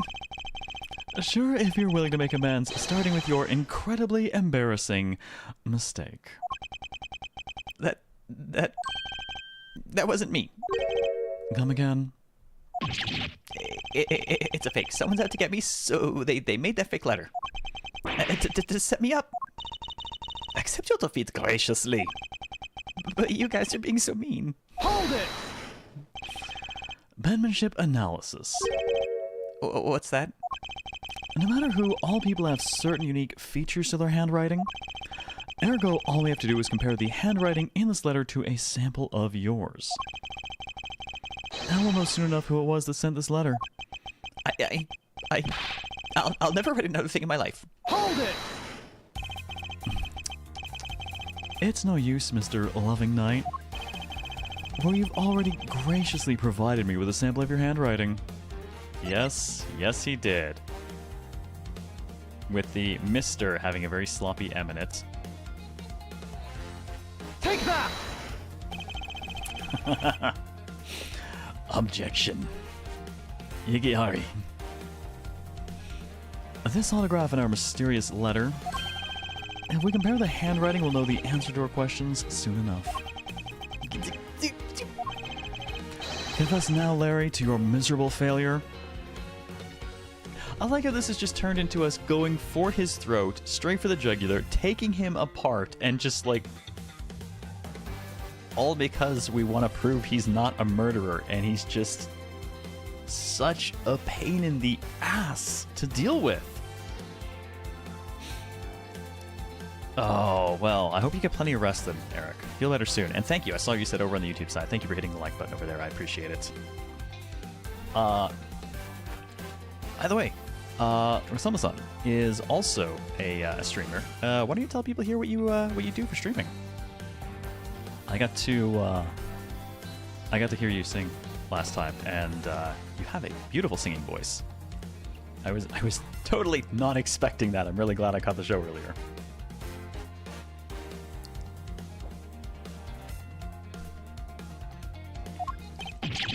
I'm sorry. I did it. It was me causing trouble again. I admit it. You hit the nail right on the head, Edgy. So he finally confesses. I saw the pink princess being carried around in a stretcher, and I got worried, all right? Larry's too incompetent to have killed anyone intentionally. I know, but I'm telling you, one day he is going to kill someone. It's going to be intentional. And we will disprove it.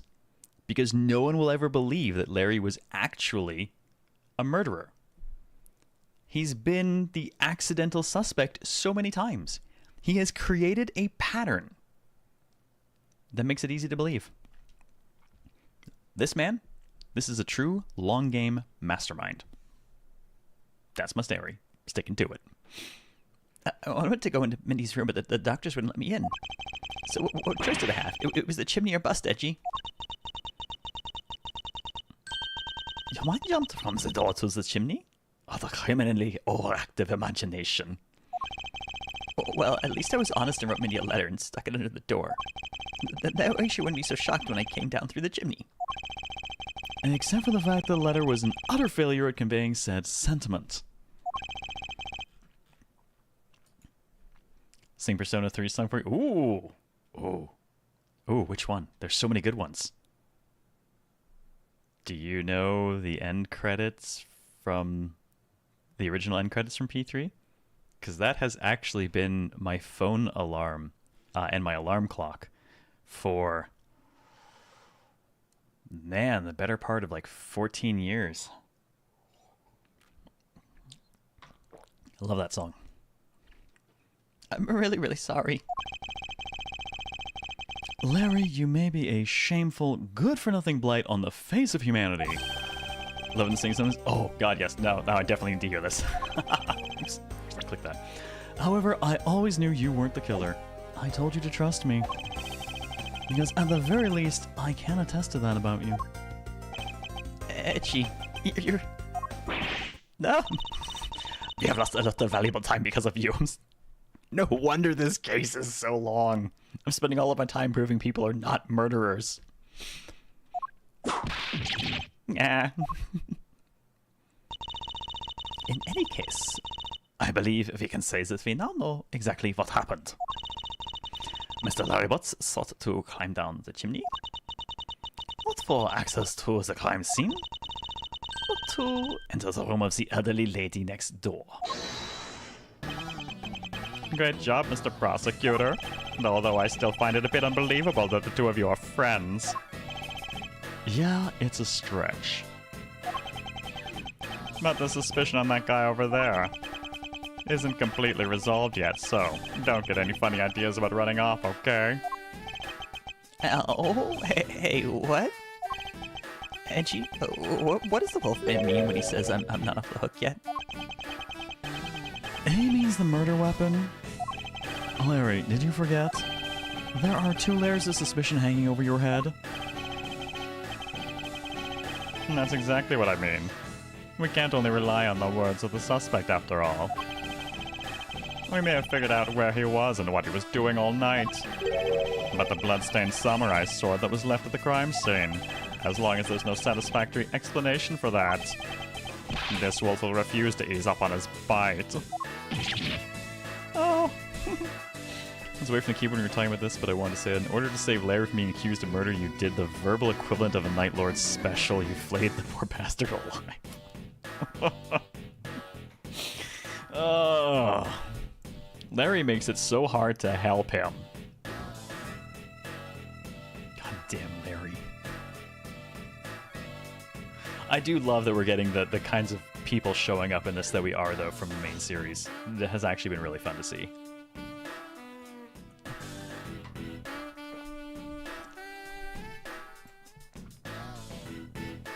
His name is Larry Butts and you deserved it? Yes, this is very true. Sama-san. 昨日配信はどうですか? Gotta practice my Japanese where I can. Yes, if it smells, it's the butts.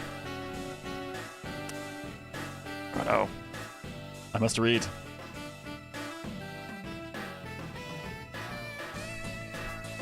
I swear I need bigger chat when Hiragana comes up.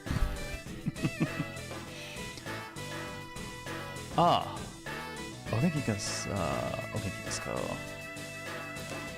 Minasan. Ogenki desu ka, minasan? Is everyone doing well?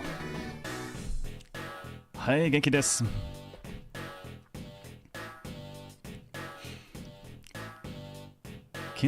I missed my no. 昨日の配信は楽しかったです. Yesterday's stream was fun. Yes, excellent. I can read a bit of it. Bits and pieces, bits and pieces. But honestly, sorry, I know I'm totally disrupting the stream doing this. But this is super cool for me because my stuff is still super limited, but thank you for actually responding in a way that I'm super glad that I'm actually able to read. Also, some of the stuff I picked up, like... So, fun thing about Japanese that I did not realize until a couple months ago during studying is that adjectives also have conjugation. Tanoshi being fun, but the past positive tense of tanoshi is tanoshikatta desu. And that happens to be one of the things that I actually know. So, hooray, thank you. I don't get to practice this at all anymore. This feels so nice.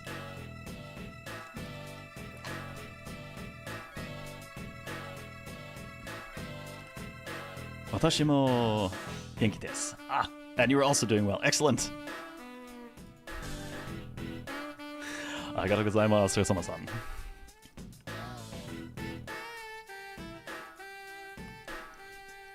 Yep, TEF form is actually is right what I'm in the middle of looking into right now, which unfortunately has been way interrupted by work crunch kind of colliding with stream schedule. I can't even read English. I freaking love studying Japanese. Like, I was spending 6 to 8 hours a day when I was in Japan studying it, and I know it's like, well, why wouldn't you go out and do other things? I did, believe me. Because of the difference in time zones between the home office and where I was, I would get up super early in the day, about 7 a.m., I would do work, and then I had most of the day off. So I would usually go to a cafe for a while, I would study for a few hours, I would then go out and do some things, and then in the evening I'd study for a little bit more if I wasn't out drinking with, you know, Mr. Johnny Cash. And it was so much fun, because every day there was a little bit more going on around me that I could actually process and understand and engage with. And I want to go back and do it again so freaking bad. Alright, I'm done disrupting. I'll go back now. Edgy, that guy, it looks like he's seriously about to take a bite out of me. I'm well aware, and you should be as well, that this upcoming battle will be crucial. Thanks to the cooperation of our lovely bumbler, I've been dealt a very nice hand and a sweet trump card. Looks like we're about to enter the final bout. Now, Mr. Prosecutor, let's see what you've got. I'll be like, oh, that guy said Okyotsukate, but I don't know what it means, but it's positive, I think. Oh, yeah, it is nice you start to be able to pick things out. One of the big ones I've been using, I'm disrupting again, I'm sorry. But one of the big ones I've been, I found was really interesting to pay attention to was Comey Can't Communicate. Because there is so much that's actually being written down visibly in it. And going through that and then being able to like just, oh, okay, I can actually read this. I can pause it on that and stop and read what is being written somewhere. Yes, Lang is seriously going, show us what you got. I also can't read English, so don't worry, you're not alone. English is a terrible language with a bad habit of stealing from every other language. To be honest, listening to English is fucking difficult. I don't know why I wasn't expecting the profanity, but your English is easy to understand for me. Great practice time. I'm glad I can help, because you are certainly helping me as well. I can easily point out the contradiction in the supposed murder weapon. I think the contradiction in the murder weapon. Now, the real problem for me is figuring out what the real murder weapon is. And this will be a high-stakes gamble. Okay, so if it is really his, and it's anything like the, if it's anything like the spear, then it must be bendable. Well, this is one game I cannot afford to lose.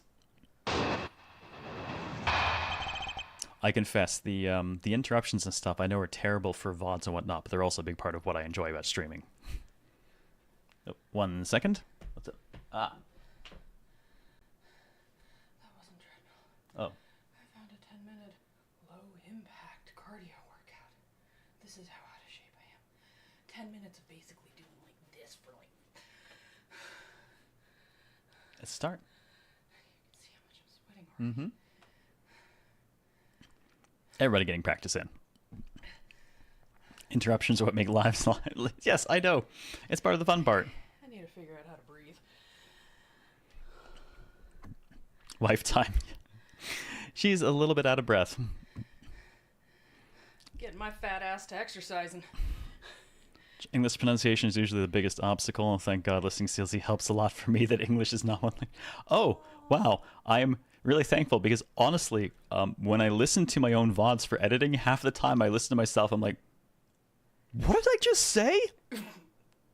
We can understand you better than you can understand yourself. What the hell was that? I have replayed myself sometimes, several times, and just been like, okay, I give up. I don't know what I just said. That's when you need to ask me. I'll be able to tell. I listen to your nonsense all the time. Exactly. I'll see you later.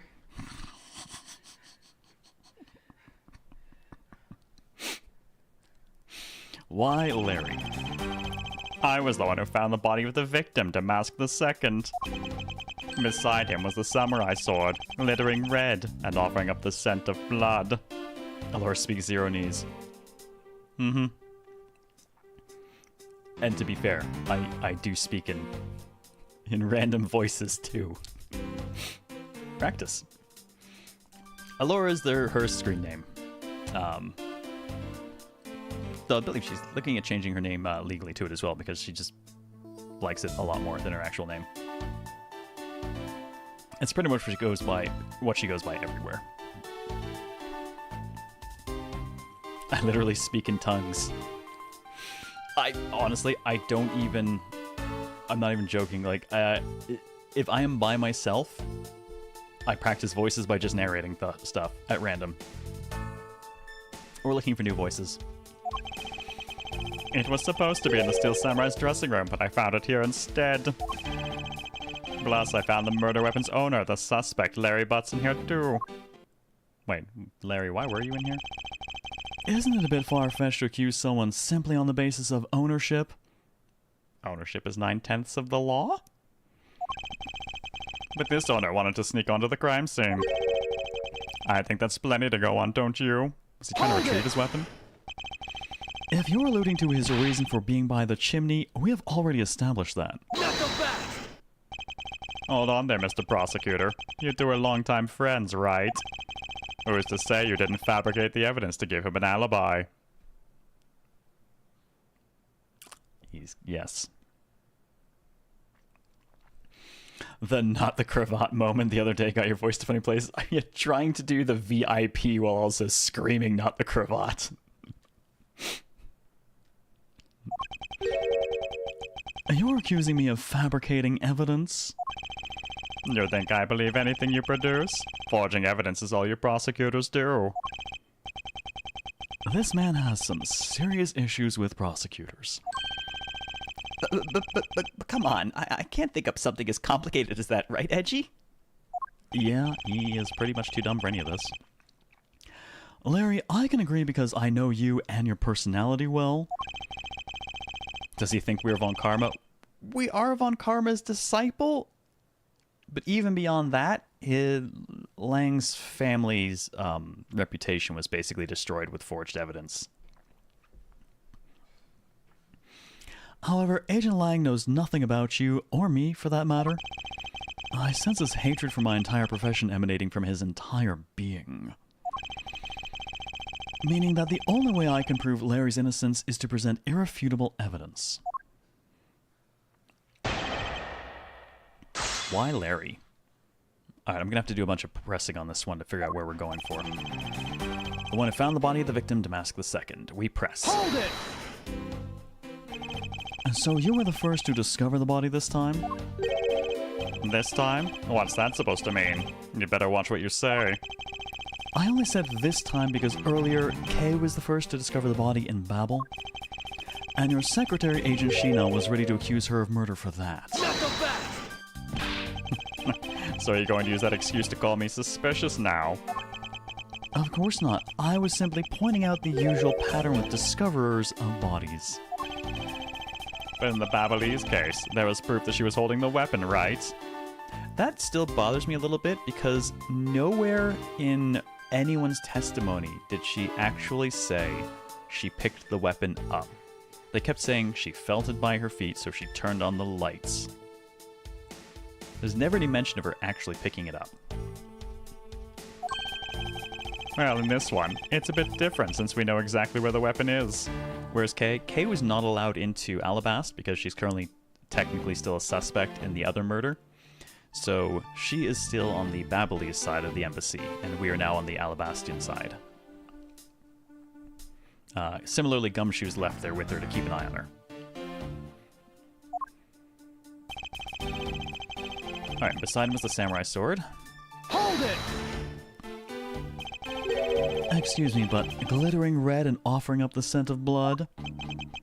Do I have to spell it out for you? I mean the sight and smell of blood, of course.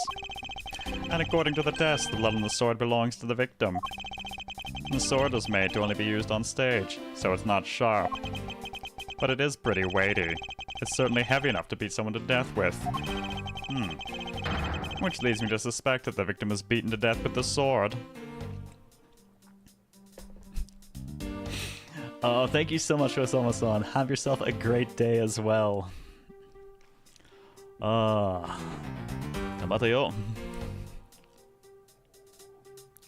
And thank you for joining us again today. Much appreciated. Always good to see you. Who knows what Gumshoe's getting up to? I know. We've left Gumshoe alone with Kay for a while now, and I just feel like that spells trouble.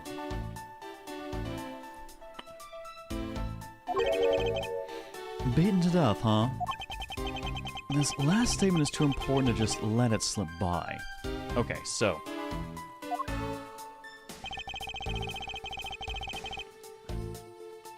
So he did update how he said that, covering the victim's blood. And I believe what we're going to wind up going on is the fact that... can I actually take a closer look at it? Okay, just like that. So my assumption is going to be that the spear is basically the same style. You know, they're both hollow inside, even if it is kind of weighty. Bends immediately if you hit anything. Playing tic-tac-toe with the police tape. I'm winning! Oh, I lost again. I can see it. Okay, so he's updated how he says that. Okay, I suspect he beat the victim to death with the thing. I want to present the spear on the grounds that, as a stage weapon, it and the sword should be similar. Because I don't think presenting the sword itself will help. So let's try that. Objection!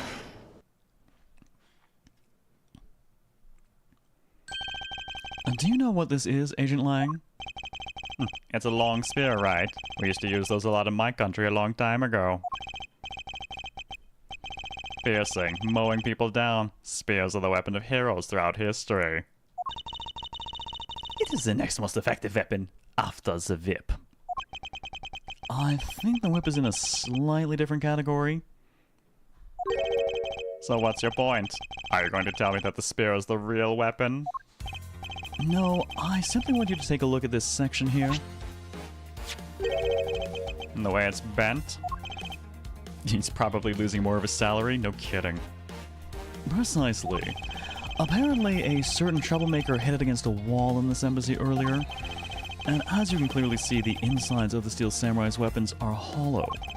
In other words, they're replicas that aren't strong enough to deliver a damaging blow, let alone the multiple strikes necessary to bludgeon someone to death. And yet, there's not even a dent in the samurai sword. How do you explain that? I don't explain it, I guess. Yeah. Oh yeah, the sword and spear are made of the same stuff, so they bend easily. But I wish they'd make them out of better stuff, because the spear got bent. I wasn't able to do my special early summer rain jab move. Man, I got such an earful from the director of the play for not doing it in the show.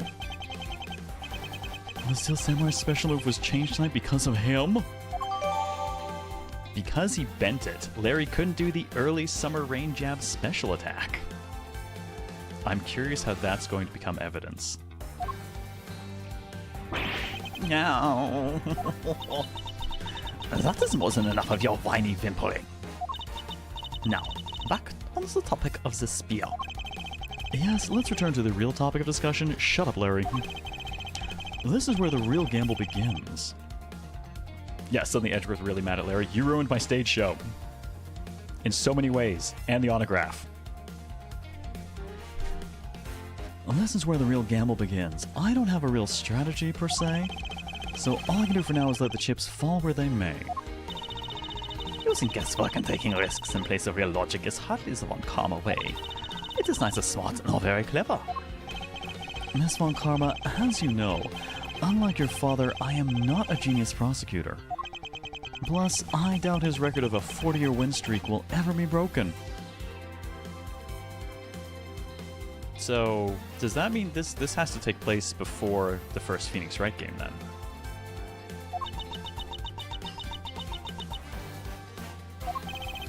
Well, perhaps it is for the best if it remains unbroken. For no one should have conceived of the notion to convict all defendants in the first place. Objection! What a foolish statement from a foolish fool who hates to lose. Take place post 3.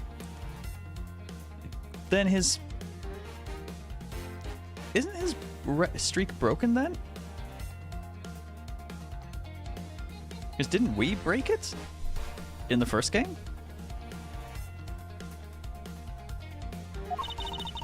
It is the job of a prosecutor to make sure that all defendants are found guilty in court.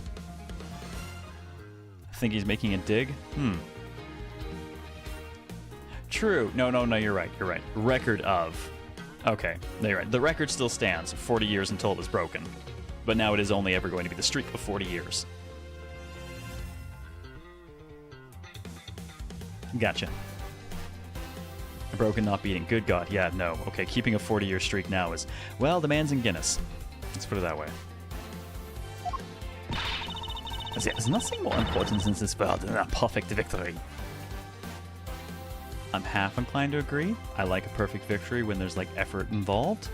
And otherwise, I like the messiest, brutalist, most horrible, skid of the teeth, God, I can't believe we actually succeeded victories. It's got to be one or the other. Either perfect planning leads to a perfect outcome, or holy God, how did we survive? I love both. Hold it! That may be your opinion, however, I don't believe that's all we are. Pyrrhic victories are great. No, Pyrrhic victories are the worst. Those are the victories that aren't really victories. That's the point of it being Pyrrhic. It's a victory with nothing.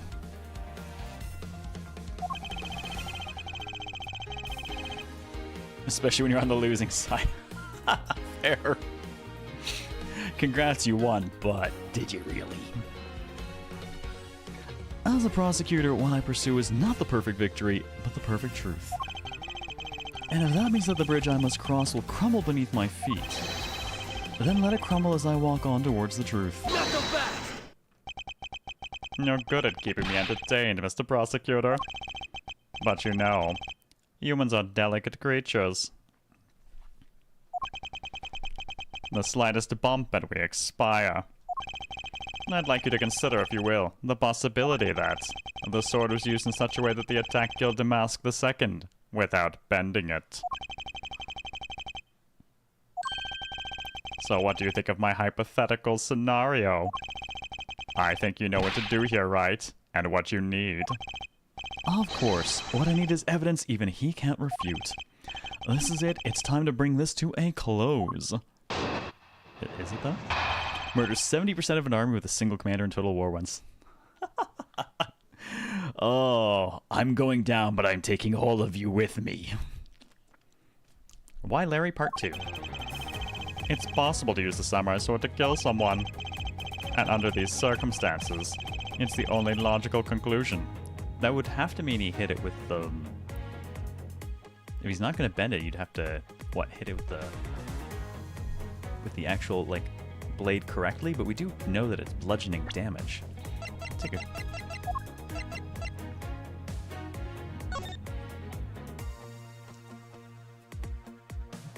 Are we talking hilt bash? Like, or pommel bash? Just brain him with the handle? Is that what he's going for?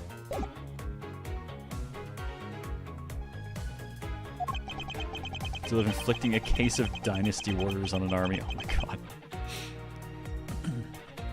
We searched the embassy top to bottom, but the victim's blood is only on that weapon. So isn't it only natural that suspicion would fall onto the owner of said weapon? How long do you intend to cling onto that preposterous theory? As long as I want, because we examined every corner within the walls of this embassy. There's no stone we've left unturned within this embassy. Within this embassy. Man, we don't have anything blunt we brought from another embassy, though. Now we've managed to come up with only one logical conclusion. That the only place inside this embassy with the victim's blood on it is this sword. Hold it! You left no stone unturned? Is that a fact? Knuckle back! If you've got something to say, then say it in the only way I respect, Mr. Prosecutor. Ah, are we going to bring up the statue then, maybe? Because they haven't commented on the fact that the statue clearly has been changed, so... It's been moved. We should probably look under it. Yes, of course. In that case, allow me to make it all crystal clear for you. Alright, so let's do some pressing so we have an idea of what we're aiming for. Hold it! I want to understand for sure how he's implying this specifically. May I inquire as to how you were able to make such a claim, Agent Lang? Lang Zhi says, capable of miracles beyond comprehension, a mysterious creature as man. Excuse me, sir. Did you just imply that magic was used here? Rather than man is Agent Lang's quotes that are getting increasingly incomprehensible. The human body is a mysterious thing, even with a toy-like sword. It's easy to kill a man if you hit just the right spot. Which is why I think it's possible to kill with this thing without leaving a dent. Hold it! But we can only be sure one way or the other by seeing if the wound matches the sword. I know that. But as long as it's a possibility, I can proclaim it as much as I'd like. Can we... Evidence, dudes? Anyone? Can we just clarify and, like, verify, please? Only logical conclusion. Let's press on that. Exactly, Reaper. It's magic. But you must know that your conclusion is wrong. Given the circumstance I'm in, the only people I can trust are my subordinates. Because they're a much more trustworthy bunch than you prosecutors ever will be. Hold it! And you call yourself a professional? Knuckle back! I do not, in fact. As long as it's not impossible, I'm gonna filibuster your investigation. The gnomes did it! What are we even going on about now? You still don't see, do you, Mr. Prosecutor? You have to earn my trust. And the only way to do that is to show me proof of another possible murder weapon. Another possible weapon. In this room, there is only one other thing left. Now, this is going to be a gamble, but I can't withdraw from the game now. You're not going to get me to trust you by the power of your glare alone, you know. Though it is a good glare, I do respect it a little bit. Plus, I have other reasons as to why I think the samurai sword is the murder weapon. Okay, give me more. Search the embassy top to bottom. Man, if the statue here really is fake, and it's actually a lot lighter than we think, it's possibly got brained with the fake and the blood is on the bottom of it. Hold it! How to glare and a finger wag? Will the wink suffice? Oh, we got the glare and some wag. Well, not quite the wag, we got the point.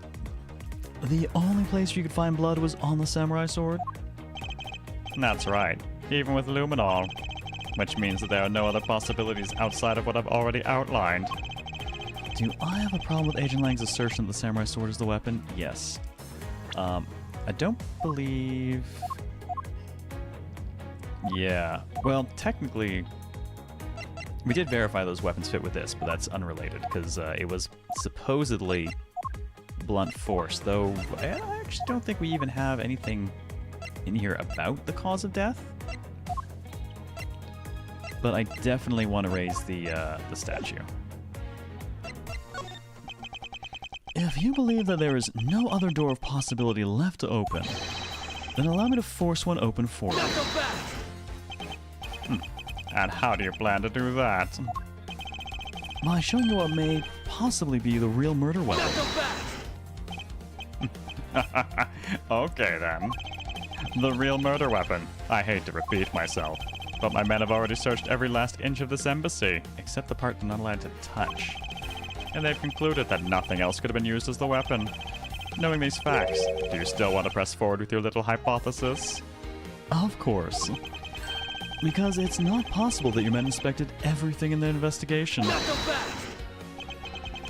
What are you talking about? I don't appreciate mind games, and I don't appreciate it when people like you slander my men. Hold it! I'm not slandering them, I assure you. I am merely pointing out that their investigative dragnet has a few holes in it. Namely, that there is something your men couldn't even lay a finger on. Oh, definitely the statue. And that item is the real murder weapon. Alright then. I'll play along for now. This real weapon that killed Damask II. What exactly is it? The real murder weapon, which not a single person has yet to touch, is this. I gotta pick the right one. That's Babbles. We want Alabasts. Take that! The National Treasure of Alabast. You mean the Primodoc statue? Yes, and as you know, only the ambassador and his secretariat may touch it. Which I believe means that neither you nor your men were able to examine it, correct?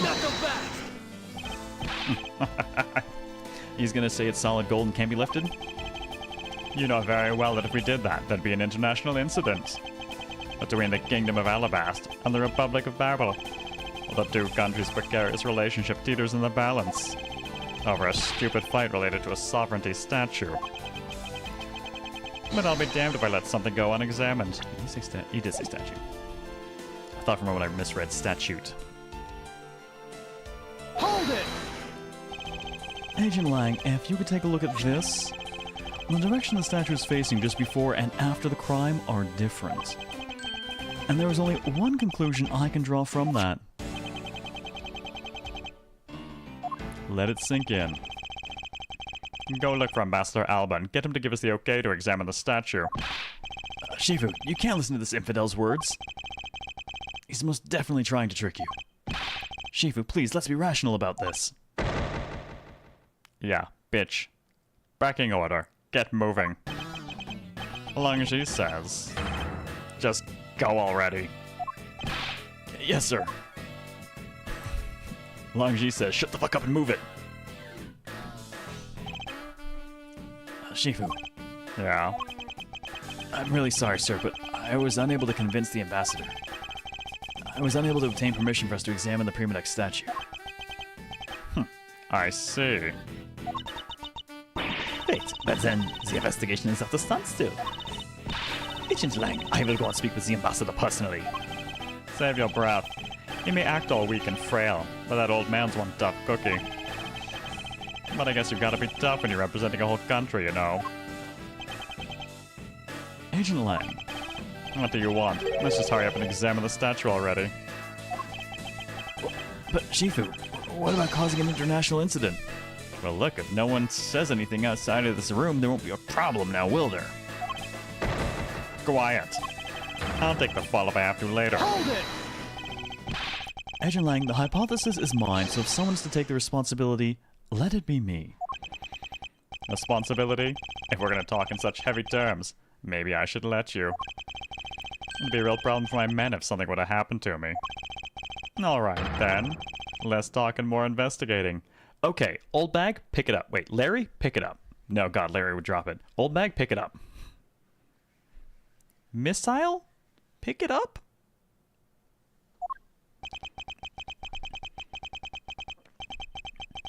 If we want to know the truth, we can't stop here. Action must be taken. Agent Lang, I'd like to run a luminol chemiluminescence test on the statue. A luminol test? Good thinking. If the statue is the murder weapon, then some of the victim's blood should be on it.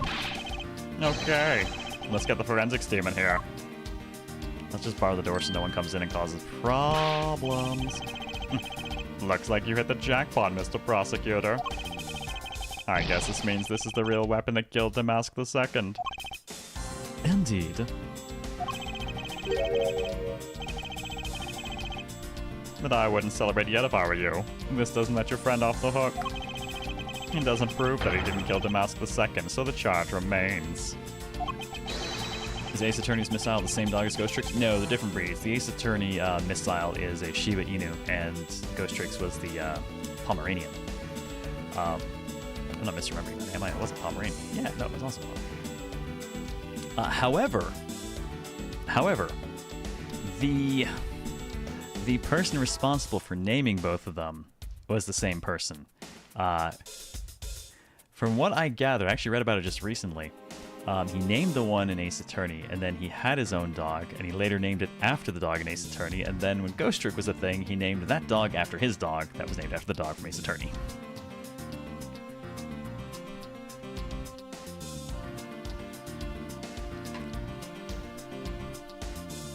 Also, man, if you read into that guy's career, Ace Attorney very nearly never happened.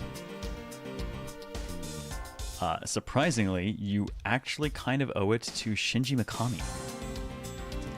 He's the one who actually gave the creator a team.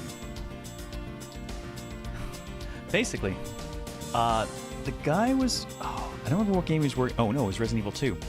He had a position on Resident Evil 2, the version that didn't ultimately ship, because apparently there was more than one incarnation of it. Ended up getting demoted. Later on got a better position, managed to hold the position, and after the project, Mikami gave him the chance to have a small team, set number of people, to make whatever the hell he wanted. And Ace Attorney is what came out of that.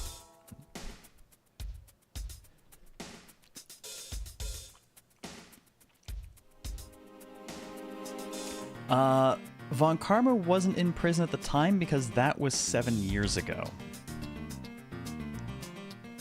So, that particular case, when we were actively dealing with Von Karma, he was in fact not in prison yet. But this is now 7 years later than that. He has since been bested in court and all of that has come out. We are hardly done examining the statue, Agent Lang. And knowing that it is the real weapon, I believe further examination is required. You think so? Okay then, knock yourself out.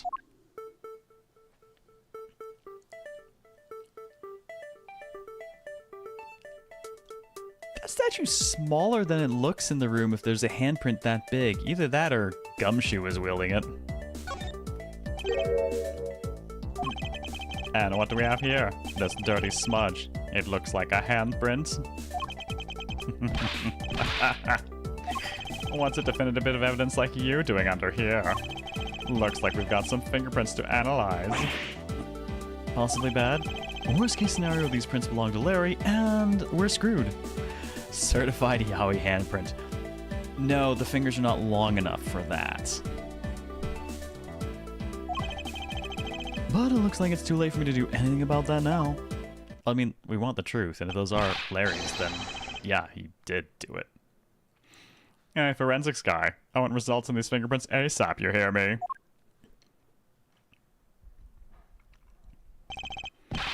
Agent Lang, I have the analysis results, sir. Good. And? Sir, about the prints we lifted from the bottom of the statue? Well, you know the victim of the murder in the Babalese embassy? The prints belong to him, Mr. Manny Cochin, sir. But that's... Wait, what? What's going on around here? No, that's impossible. Each primitive statue can only be handled by someone of that country. And by the very fact that Mr. Cochin's fingerprints are on this one, it leads me to only one conclusion. This statue is actually Babel's Primadux statue. Impossible, it cannot be. Yeah. This got bad. Larry never once set foot on Babalese soil, so he was free to go. However, this new piece of information only served to confuse us even further. The ringleader of a smuggling operation was killed with an Alabastian knife in Babel. And Damask II was killed on Alabastian soil with Babel's national treasure. Which clearly is fake, because if that thing was pure gold, not going to be that easy to lift and beat someone with. On the mystery of the great thief Yadagarasu who visited both countries. About the international incident? Hey guys, guess what? Can you just be one country for a night so we can figure this shit out? The pieces were there, but I had yet to see the big picture they were to form. Woohoo! We got through another bit. God, we are 2 whole sections into this case and have managed to progress precisely nothing about the case.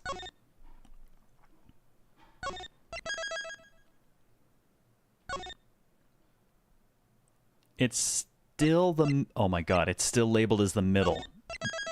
Have a good one, Maddie. Thanks for stopping in. Have yourself a good one. March 14th, 9:21 p.m., the open-air stage. I've left Damask II investigation due Francisca and returned to Babel. I suppose my first order of business should be to look into Babel's statue. That's a long one. Yeah. Holy shit.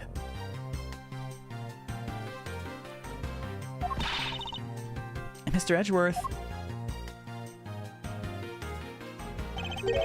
So, okay, what's the situation? Oh, it's great. Investigating is so much fun. In other words, they've made absolutely no progress. Yeah, we weren't goofing off on us, sorry. Just playing tic-tac-toe with the tape and stuff, but we've been investigating our hearts out. Very well then, would you care to give me an update on your investigation? We had a really fun time, sir.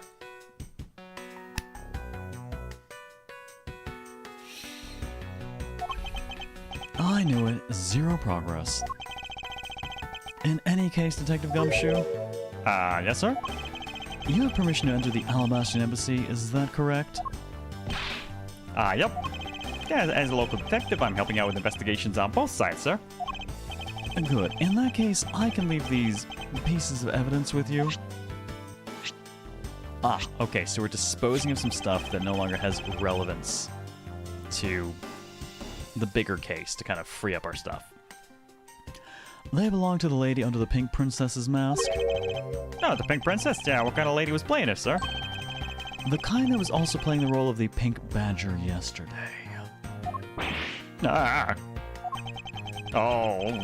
Understood, sir. If I happen to run into her, I'll give them back to her. And if I don't, then I guess I'll unload them somewhere. Fiery.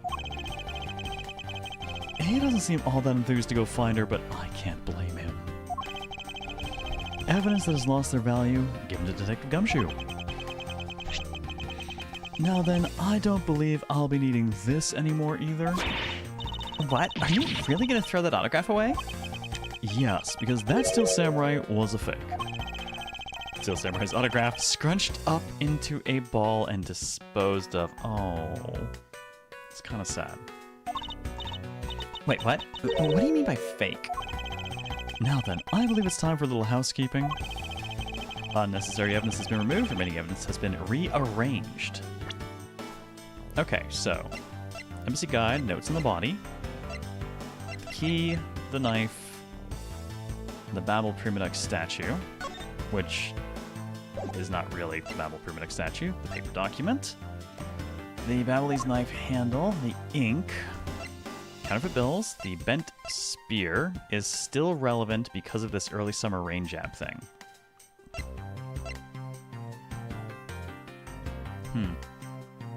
I wonder if someone's going to claim they heard it because they knew like the script of the stage show and are using it as cover for something.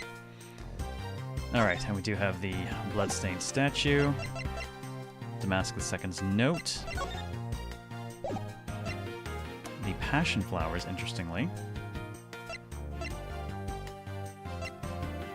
and surprisingly, the samurai dogs. Oh, I guess Kay is now on me with us. Hey, you're not going back to Alabasta already, are you? No, not yet. I still need to gather more information first. Oh, so I can't, like, move at the moment. Let's talk about investigating then. How is the investigation going in the Babelese Secretariat's office, Kay? Well, even though we found a few treasures, they've all been pretty much burnt to a crisp. A treasure is a terrible thing to waste. Anyway, is there anything else I should know about? Oh, that's right. You know what I found in that office? A wooden bear carving. It's so cute. Can I have it? Huh? Can I?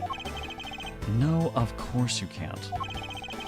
By the sound of things, it appears that there has been no progress in the investigation.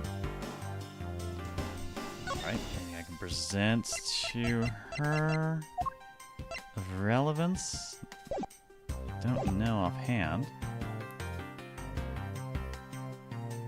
But it seems like I can't really move.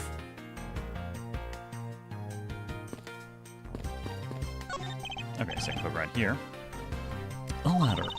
Actually, that's a step ladder. They're the exact same thing. No way. From the structure up, they are totally different. But of course, from a thief's perspective, the best kind of ladder is the rope ladder. The step ladder is much too heavy to carry around, after all. And from a prosecutor's perspective, any type of ladder is guilty of being dangerous during an earthquake. Oh, fair.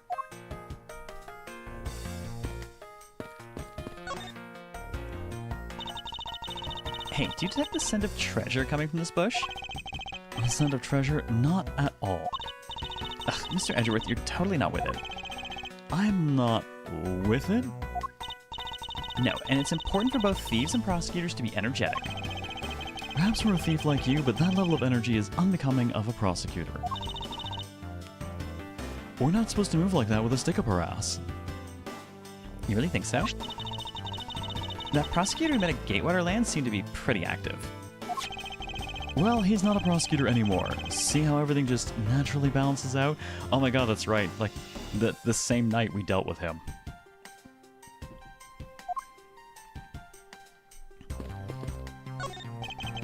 Bags full of cement powder are stacked up here. I suppose they're for the renovation? Yeah, because I don't smell a drop of gold here, or any other treasure for that matter. Okay, the only scent you should detect in a place like this is the smell of sweat. Hey, Mr. Edgeworth, that was a pretty good play on words there.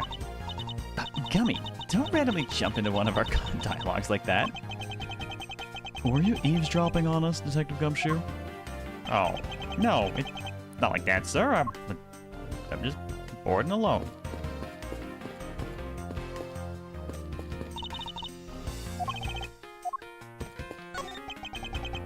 It would appear that the stage is also scheduled to be renovated. You know, I totally would love to perform on a stage like this. Something like the Greatest Great Thief Show. Yeah, workshop the name, please. I should think it would be a bad idea for a thief to show their face to the world. I mean, if you're the greatest thief, does it matter if people know what you look like? Right? Isn't that how you would be the greatest thief? I guess there's the question, which is the greatest thief? A thief who successfully steals things in such a way that no one ever knows a crime has ever occurred, or a thief who is just visibly known to all of law enforcement and yet still succeeds in stealing?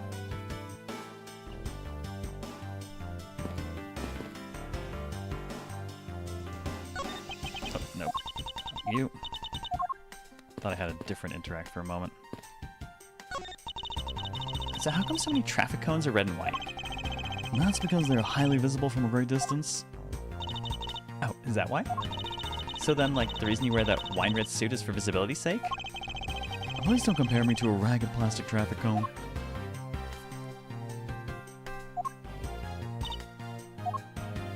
Do I need to present something to her then? I feel like maybe I do. I wonder if we can talk about the bloodstained weapon. No, okay, it's just about this. No, you can't have the evidence.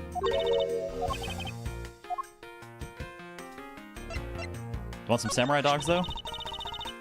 It's amongst the samurai dogs, right? Oh, see, I'm a Jam and Ninja fan, so while I would love to have one, I'm gonna be strong and resist the urge.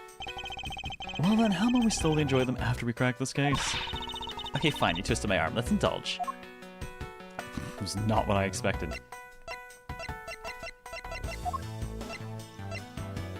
Okay, well, we found the, no, that's different.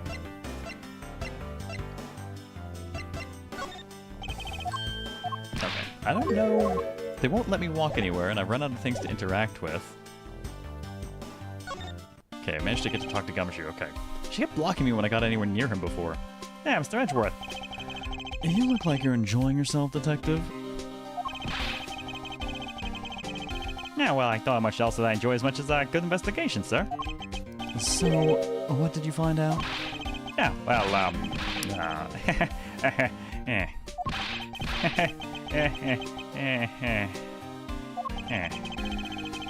I take it he has found nothing of any particular use. Hey, Overlord Manga, enjoy your science mugging emotes, yeah? Investigation update. Hey, Mr. Edgeworth, I got something really interesting from Ambassador Polano. Oh, and what is this something interesting? This, sir. Oh, that is interesting. Wow, that's so pretty. I'm so jealous. That's like a real treasure there. Why does the flame burn green, Detective? Yeah, so apparently if you burn the special wood crystal oils that they only make in Babel, yeah, it burns this green color, sir. Interesting. So it's a special property of the oil? I suppose this is a ploy to force people to visit Babel should the oil run out. Dude, no one is... No one's gonna travel that far just to get some oil for a lantern.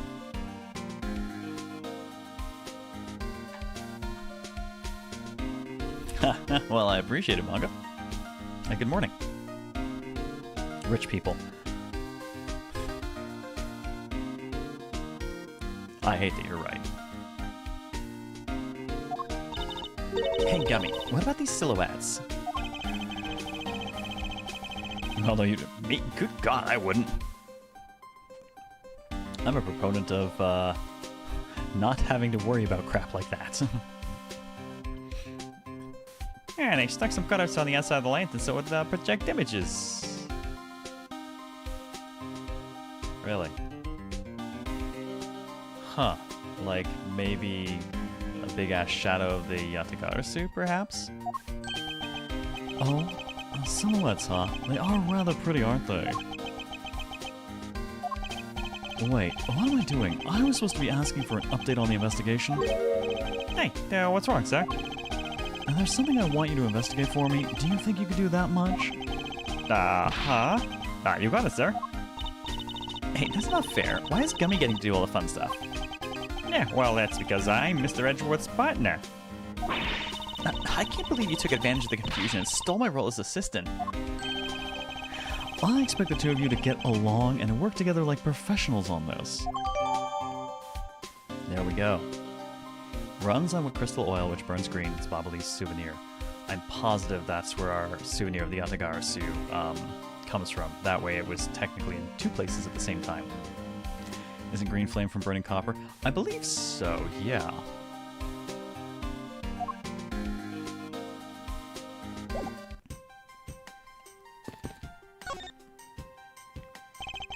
There's a sign here warning passersby to take precautions around this renovation site.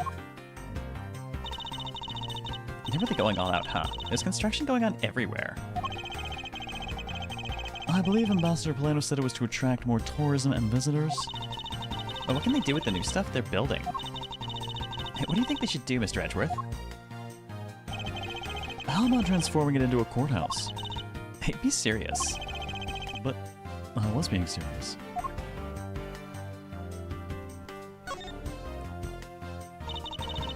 This bush looks like the perfect place to hide some sort of treasure, you know? But there's no treasure inside those things. Oh, too bad. We do have a lot of treasures back in Babel.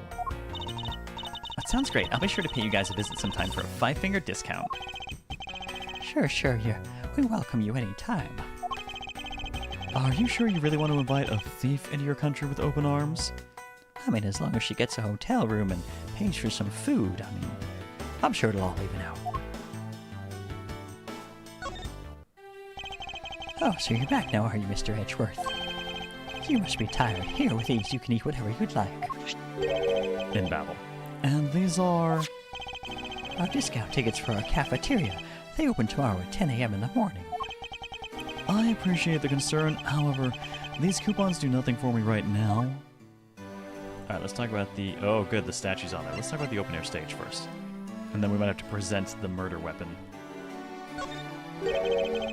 He does look like the type that would invite thieves, yeah. This open-air stage, what function does it serve exactly? Well, normally we use it for a variety of reasons and events. It's all to attract that extra bit of attention to Babel. I heard that tonight over in the Alabastian Rose Garden, Ambassador Alba was to give a speech. And you know what? Manny told me that I really should give a speech too. Hey, you poet, how's it going? It's all good here. How are things with you? And Mr. Cochin told you that? Yes, he did. So... Just thinking that potentially gets everyone outside on both sides. Which is why I thought I should give a speech of my own. But unfortunately, I wasn't able to. Because of the fire the Yatagarasu started? Exactly. Okay, let's talk about the Prima statue. Ambassador Polano, I'd like to ask you a little more about the Prima statues. Oh, I see. Well, let me ask you this. Do you know that Helibast and Babel used to be one country called Canopia? Yes, I know that much about your history. Well, the primitive statue belonged to the founders of Canopia. At least, that's how the story goes. It was bequeathed unto the king of Canopia as a symbol of the country's wealth. So it was meant as a symbol of sovereignty and the right to rule, I take it? Oh yes, that's right, which is why both countries are so adamant about their claim. We hold the real statue, therefore we hold the right to rule, is the reasoning. It's pretty petty when you think about it, though, I suppose. But if Alabast and Babel were to re-establish relations, shouldn't that put an end to the squabbling over the statue? I have no reason to believe so. The primitive statue is even more important now as a key to diplomacy. I wonder if Ambassador Polino knows what has happened to the very important key to diplomacy. Maybe I should try showing him this key and see what he has to say about it. Excuse me, sir. I regret to inform you that your statue is currently in the wrong place and also is a murder weapon. Ambassador Polino, if you could please take a look at this for me. The primitive statue sitting in Alabast right now actually belongs to Babel. So it would appear. I received a call from Miss Von Karma about this earlier. Then you will understand why I wish to inspect Babel's primitive statue immediately. Because the statue currently in your country's possession. Yes, well, I've already inspected it myself. And it is definitely Alabast's statue. I know because it's the real statue. Oh ho! Okay. So, interesting. He already knows. Blood for the Blood God, skulls for the Skull Throne. Mr. Pounce, thank you for the raid. Come on in. Welcome, welcome. How is everyone doing this evening? Let the galaxy burn? Well, I mean, I tend to play on the Space Marine side, so maybe not as much. Well, I don't know. I torch plenty Galaxy myself. I am a fan of Exterminatus, to be fair. Still say that no, I disagree, idiots, and I won't go there. Mr. Bounce, thank you so much for the raid. For those just coming in, my name is CareLevelZero. By day, I'm a senior game designer for Red Hook Studios on Darkest Dungeon 2. Words. I've been talking a lot tonight. I've been voicing everything in this game. It's taking a toll. And by night, I play lots of weird RPGs and narrative games. And this is Ace Attorney Investigations. We are midway into the final case, it would seem. And it's a long one, apparently. So I'm going to assume, from Blood for the Blood God, that was Mr. Pounce continuing his playthrough of Dawn of War. I'm running low. Wait, no, that's a lie. I was going to say I'm running low on coffee, but no. Past Zero was smart.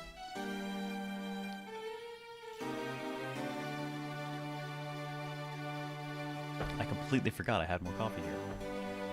That's more like it. Ooh, on Dark Crusade now. That was a fun one. I'm not sure I ever actually beat Dark Crusade back in the day. I played a bunch, but I don't know that I ever, really fully committed to actually finishing the campaign.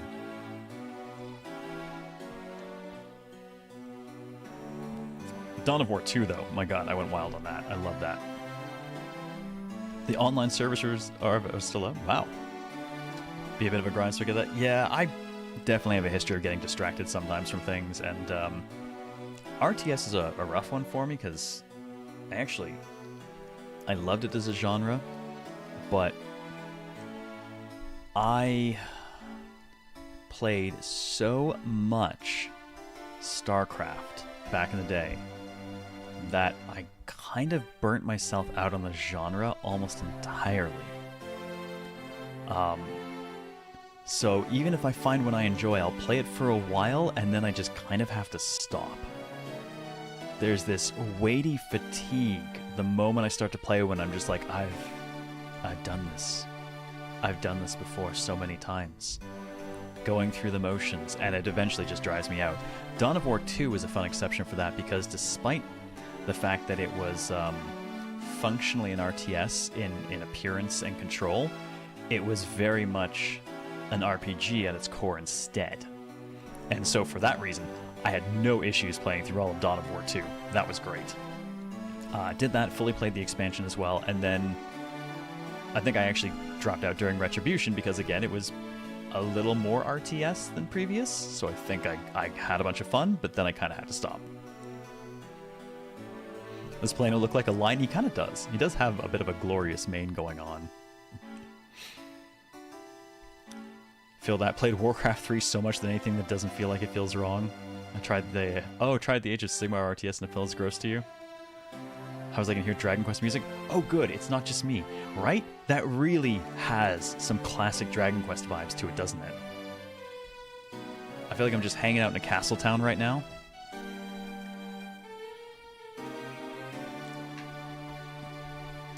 Going from StarCraft Warcraft 3 to the big-ass Commander Robot RTS. Couldn't play it because it didn't work like them. Yeah, it's unfortunate. I think it's a really awesome genre, but I did kind of kill myself on it. Unmute Poet. Is there a form of irony how statues being used for murder is essentially idolized in itself? These statues are going to be a problem for us. Yeah, it really does sound like Dragon Quest music. It's absolutely classic Castletown music. Alright, where were we? I know because it's the real statue. Then you're saying that Babbles was a replica? I'm embarrassed to say it's true, even though I knew that someday it would be exposed. Voidless, thank you for the follow. Welcome. Stormgate. I don't think I ever played that one. Actually, I'm not even sure I heard about it. The name only vaguely rings a bell. I received my orders from the leaders of Babel, and I was to negotiate with Ambassador Alba at this event. I was to negotiate with him and fix the results of the evaluation tonight. To say that we could not determine which statue was the real one. Hold it! Why are you telling me this? Well, because you already figured it out. Our statue is just a hollow gold shell. Even if Babel were to lose face, the reunification of the country is what's important. I'm right in thinking that, aren't I? I'm not making a mistake, right? If you don't know yourself, then I won't pretend to know either. I never thought about being betrayed by my own secretary. The real symbol of wealth would be given to me. Isn't it simply ironic? Hey, where are you going? Are you heading back to Alabasta? Yes, but before I do, I suppose I should give you a summary of what's happened. Just now I thought about a statue used to kill in the place. Butts is involved. Is it possible it's created? Oh god. Oh no. Did Butts' ancestors make the original? I'd believe it. It would just, yeah. It was how the one in not the one that was used as the murder weapon, Callistoy, but the one in the one at the original murder scene we were at. The one that was not used as a murder weapon. Wait, no.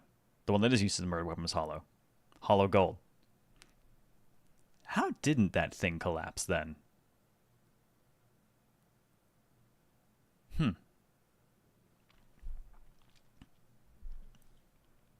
That is an interesting question then.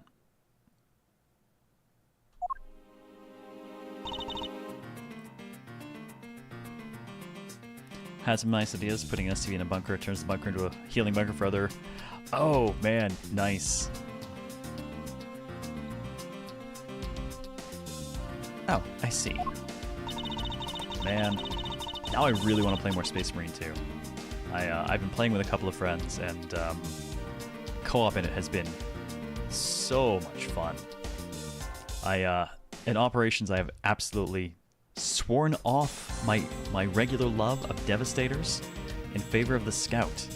Because, man, I play with some aggressive players, and letting them run point up front while I'm back with a laser fusel just obliterating faces for them, that's my happy place. I land a headshot, sets them up for an execution, my friends take him out, nice and clean since they're already close to them. Or I set it up for an execution and then I brain it while my friends are running towards it, because occasionally I'm a dick like that and I want to steal a kill. Sorry guys. It happens. I'm aware. I shouldn't do it. I know you guys need the armor, but sometimes I just want the goddamn kill.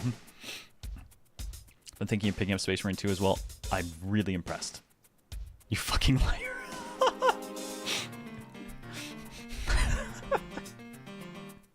You aren't sorry at all. I'm a little sorry.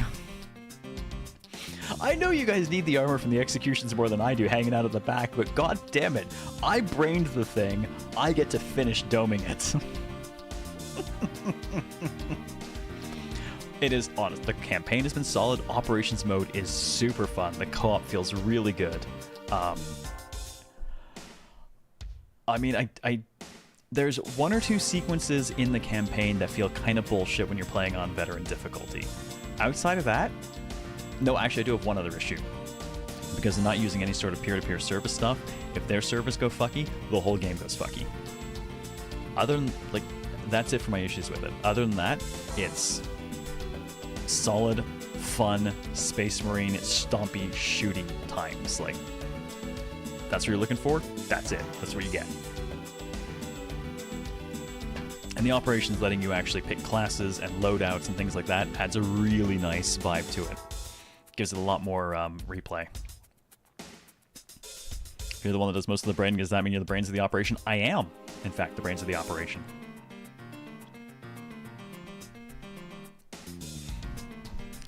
Turn brain off, smash things with big fuck off hammer. Yeah, you can tell who the assault marine is in my group. So there's been a murder in both countries using an object from the other country? That's the gist of it. Babel is just as strict as Alabast in their inspection of the people and things that enter their country. Meaning that somehow both murder weapons were smuggled into the two countries. That's the only logical conclusion that can be drawn. Perhaps the key to the weapon smuggling is the person who traversed both countries. You mean the fake Yatagarasu? In one way or another, the Yatagarasu is connected. Of this, I am sure. Now then, where was the Yatagarasu first spotted? I believe it was the rose garden on the Alabastian side of the embassy. The garden is just on the other side of this boundary. It's where Ambassador Alba was to give a speech tonight. At least that's where I heard the Yatagarasu had appeared. In that case, I believe it's vital that I investigate the rose garden post-haste. Wait, before you go, take a look at this, Mr. Edgeworth. What is it? My guess is that it's a guitar pick. I picked it up just now over there. Do you think it'll be of any use? There's a little water on it, but how did the water get on it? It doesn't look like there's anything it could get wet from around here. I was thinking they have concerts here at this open-air stage from time to time, right? Alright, I'll find its owner later. Alright, a guitar pick found at the open-air stage. Or at least it looks like a guitar pick. Also wet for some reason, but is it really a guitar pick? Or is this going to be a weird thing that slots into something else in some fashion? Oh yeah, there's one more thing. Mr. Edgeworth, would you be willing to hold on to this? What is this?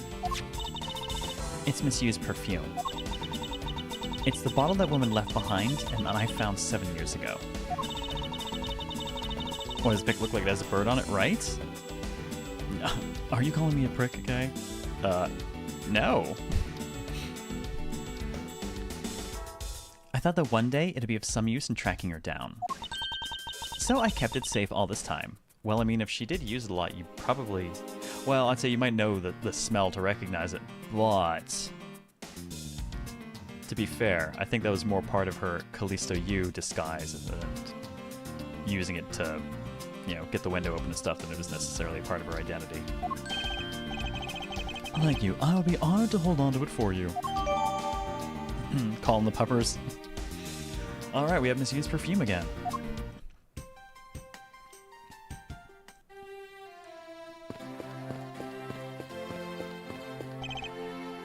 I think I'll be returning to the investigation in Alabast now, but... I know. I'll go back to Babel and do some more investigating there. Okay, bye. March 14th, 9:58 p.m., Rose Garden. Well, we haven't been here before. Nope, Lang's already here. I see... Oh, I do not know who's speaking yet. I'm going to guess... Because Lang's not moving. Is that Francisca? She's the only one who typically calls us by the full name. I see you're back, Miles Edgeworth. Yeah, how are things in Babel? Although I cannot really say I expect much from Scarfy and that girl.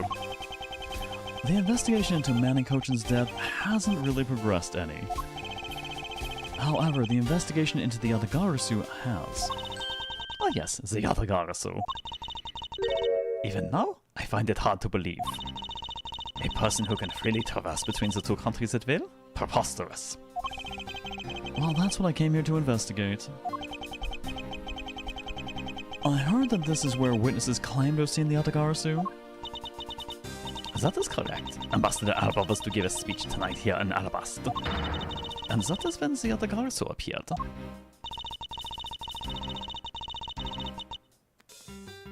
Yeah, it's definitely cast by something that's not actually them. The shadow of the mysterious thief appeared, and just as suddenly it vanished. After that, there was the fire at the Babalese embassy that the Yatagarasu started. Flowerfly keeps reminding you of a tomato. I vow that not a single feather from the Yatagarasu shall escape my diligence. Alright, let's start poking around. A statue of a woman. I wonder if the lady's pouring water. It says that it is the statue of the queen who spoke of love to King Primadux. Well, Miles Edgeworth, it seems that you are lousy at reading a woman's heart. I opened my mouth about a statue, and she somehow made the leap to that. Is it possible the Yatagarasu hid in these bushes? I mean, there's a very large spotlight here, so I'm curious what arrangement of things is potentially going to set this stuff off. Of course not, they are rose bushes. You've been spending so much time with Scarfy and the girls are rubbing off on you. But it's alright, I will wake you out of your stupor. Let's stop it. No, the next time you feel like sleepwalking, remember that I will whip you for real. All I tried to do was offer up a possibility, and this is what I get? Yes, it's the Francisco way. Watch me be a cockatoo when someone's head cast in the shadow. I actually think it's going to come back to a piece of evidence we've been handed. I think it's going to come back to this in some fashion. The silhouette lantern. Put in front of something large like a spotlight with the right silhouette.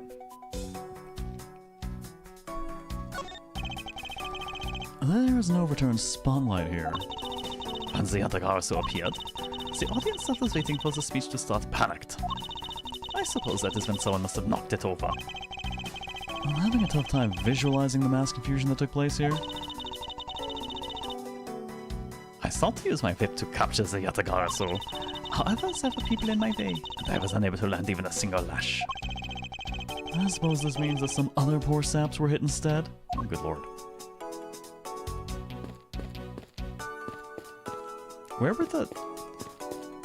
I'm a little bit confused by this layout, because when they showed, like, the image of in the past, there were, like, seats in front of the podium. They were talking about how they were empty and stuff. Is this a different place than that? Because you definitely don't fit any seats here.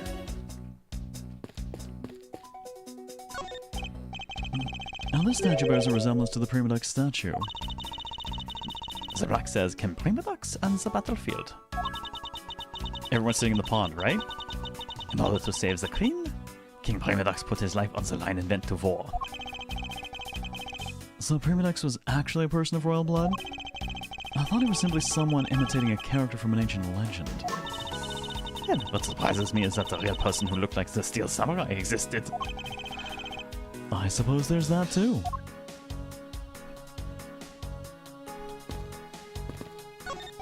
Oh, more overturned lights. But they're just the same as the other one, apparently. I suppose Ambassador Alba sat in this chair. Ambassador Alba is very elderly.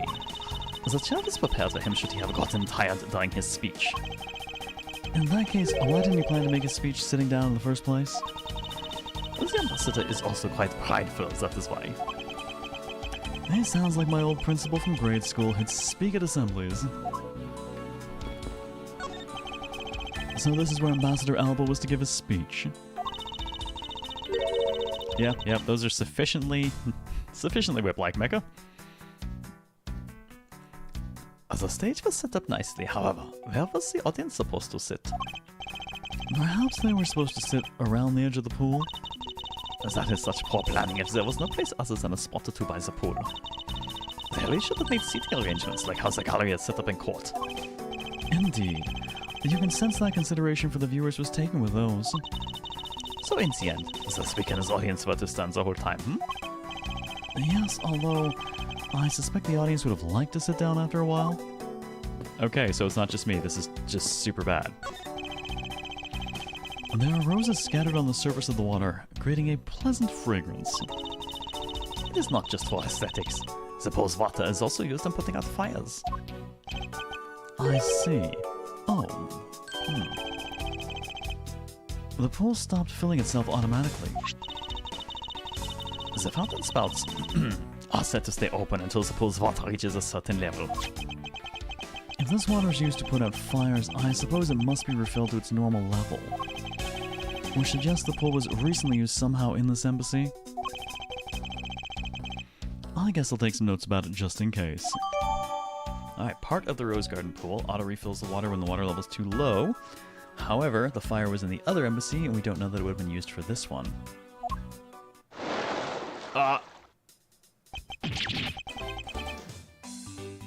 Why? Why are you here? Hey, voiceover William, how's it going? Oh. Oh. How dare you surprise me like that? I'm sorry. Oh, hey, Edgy. Thanks for what you did back there. You smell what the butts is cooking. Your gratitude alone is enough. More importantly, Larry, this pool is not for your personal enjoyment. You take Larry over Ryan? I think I'd take Ryan over Larry. At least Ryan showed up and helped. Larry shows up and causes problems. I know that. Do you really think that I'm the type to just jump into a pool and swim around for fun? Yes. Yes, we do. Objection! Eagle-eye. Alright, then do you by chance fall into the pool? Nice guess, but no dice. So you know my son, right, Edgy? Your son? I guess I kind of lost sight of him when I shook hands with the ambassador. You lost the Iron Infant.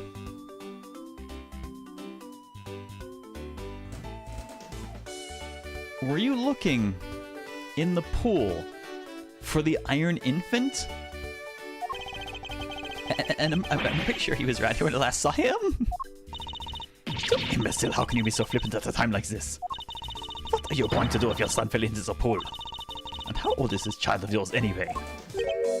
How old is he again? Hold it! Larry, this is the first I've heard of a son. Who exactly is the mother? The mother? Oh, that chick, the pink princess. The pink princess. Hold it! Miss Von Karma. I was a bit confused by this man's words for a bit there. However, I believe what he is looking for is the doll of the Iron Infant. Yep, because I'm still samurai through and through. Heart and soul. And the Iron Infant is my cute little son. You have given a whole new meaning to the phrase, an astounding fool. Larry. We have not seen hide nor hair of the Iron Infant, but rest assured that if we should find him, we will let you know. Now, get out of there. Sounds good. In that case, I'll go search over there.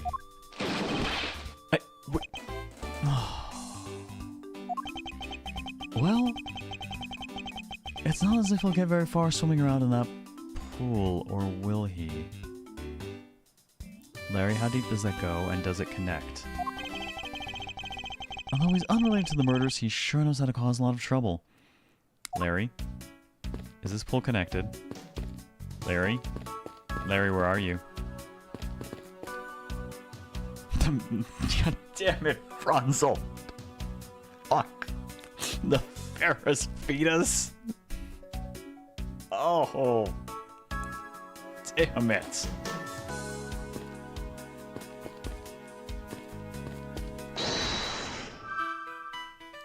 Alright, we got nothing to play with there.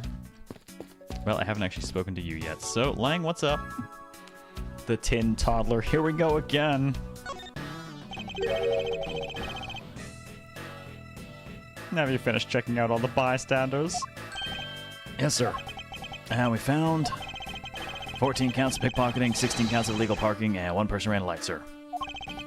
Don't tell me you didn't find out anything related to the case. Sir, not a single thing, sir. Well, for now, let's just get these other lawbreakers down to the precinct.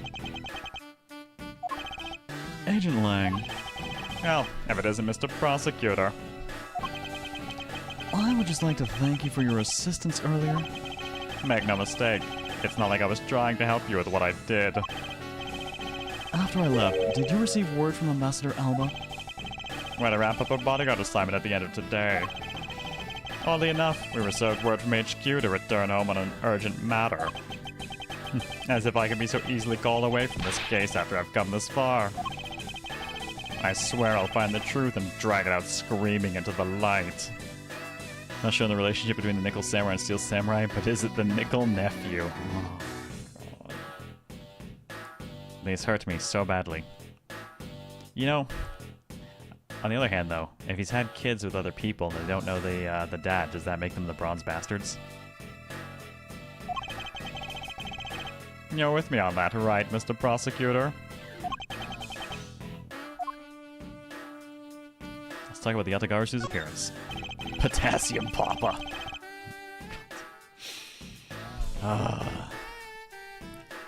You were working as Ambassador Alba's bodyguard at the time, so naturally you witnessed when the Yatagarasu appeared, correct? Yeah, I saw the thief all right, with my own 2 eyes. The Yatagarasu was always there, lurking in the shadows. But when the spotlights were turned on for Ambassador Alba's speech, a shadow appeared. That's when cries of, "It's the Yatagarasu" rang out. Oh yeah, someone really set that up as a way to cause confusion and cover other things. The Golden Grandpa, huh?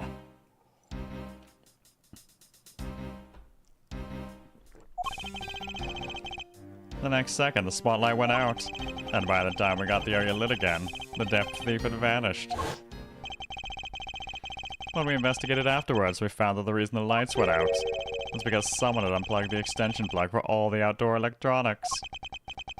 Whether it was someone doing it on purpose, or some dipshit like Larry tripping on it, or simply a guest who had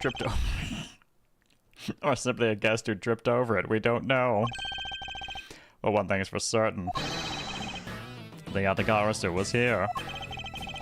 So you're saying that basically, all you saw was the thief's silhouette? The uranium uncle, well that one's dangerous. We don't go near him. Yes. Objection! If all you saw was a shadow, then it is entirely possible that the shadow belonged to someone else. Good thinking, sis. You just might be right.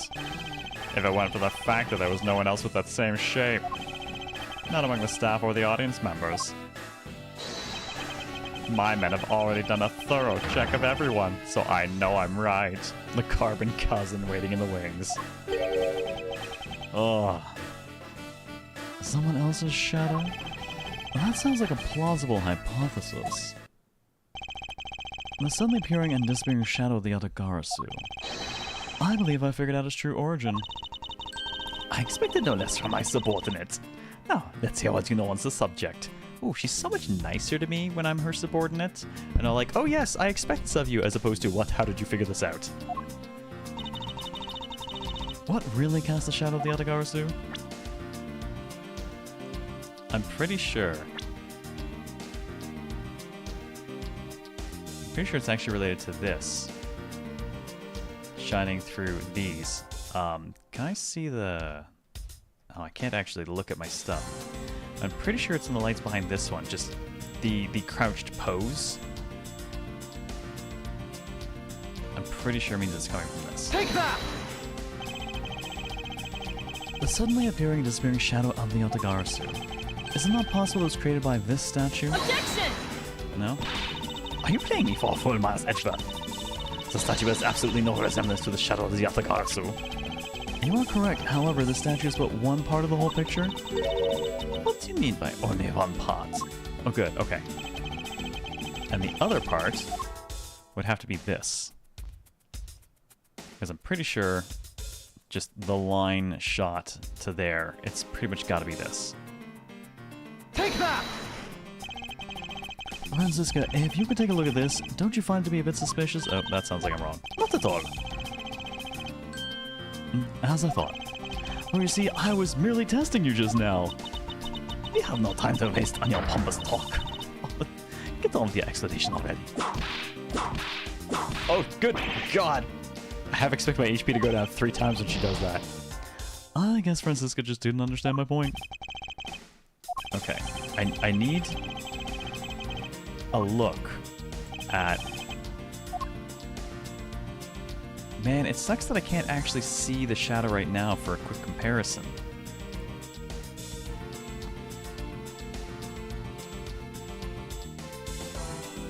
Wait, are we definitely talking about...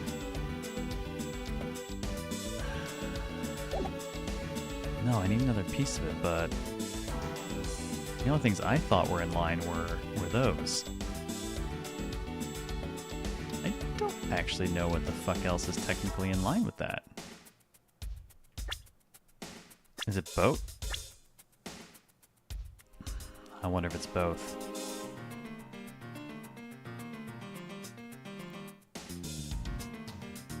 I really wish I could actually see what this silhouette looked like right now. That would actually be a huge help.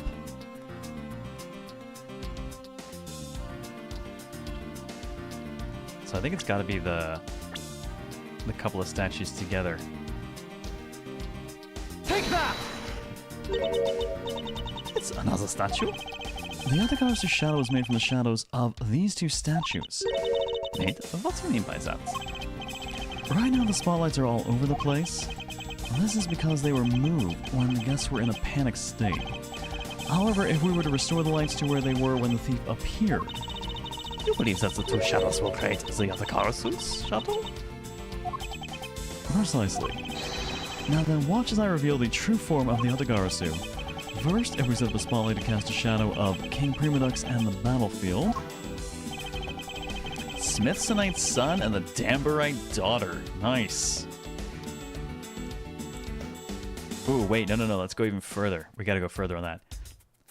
Give her a little bit more identity of her own, kind of like the Pink Princess, the Damberite debutante. The shadow of the king statue would appear on the backdrop of the stage. Likewise, if we set a light up on the queen who spoke of love to King Primadux, her silhouette would also appear on the backdrop of the stage. Oh, so are we able to combine the 2 shadows? It looks nothing like the Yatagarasu shadow. Edgeworth, how do you explain this grotesque shape? Calm down, Francisca. The way the light needs to be shown on the queen statue is wrong. What do you mean by that? I believe that the whole of the king's shadow needs to be used for this to work. However, in the case of the queen, I don't believe her whole shadow is needed. Rather, the person who created the shadow only used one part of her shadow.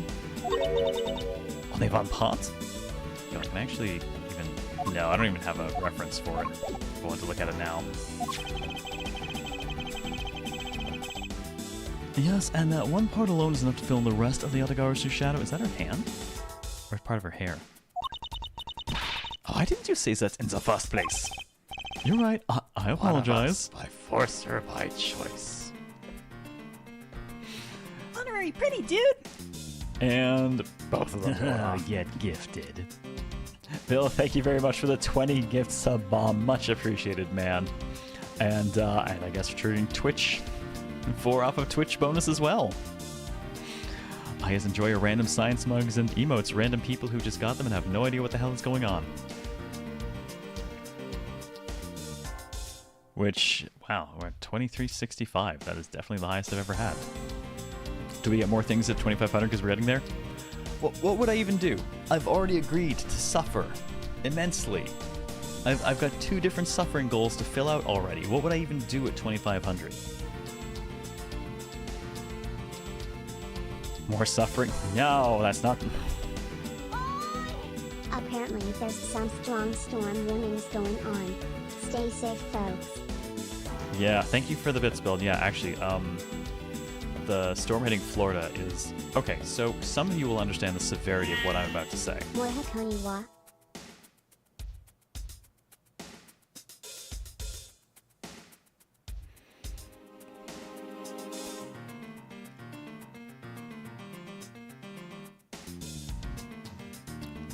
Tell you what. You have sent me a lot of weird stuff in the past, Bill.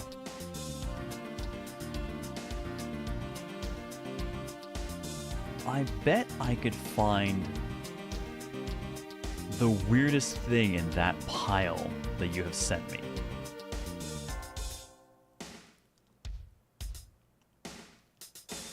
I'm not sure what it would be, but you have sent me so much weird stuff.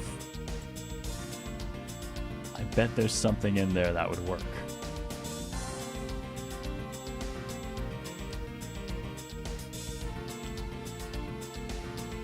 But I was going to say, regarding the storm that is hitting Florida, some of you will understand the severity of what I'm about to say, and some of you will be wondering what the hell I'm talking about. To express how severe it is, all of the Waffle Houses in Tallahassee closed.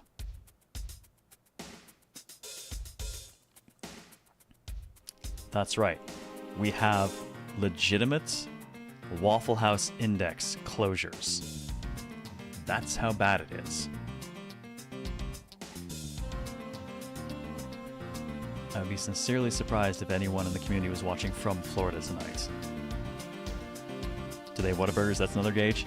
That is not really a gauge by comparison. A Waffle House is the fucking gauge. Waffle House is such a gauge that FEMA fucking uses it. No one gives a shit about a Whataburger staying open or not.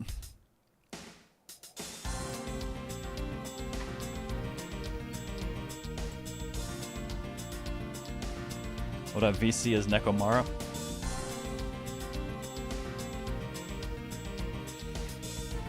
Why do I have a feeling that would get me banned?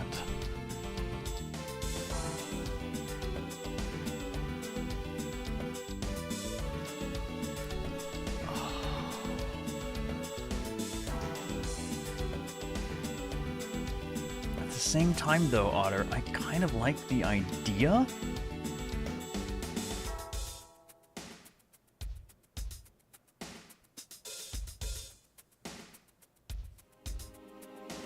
Hey, Spoons. Haven't seen you, but how you been?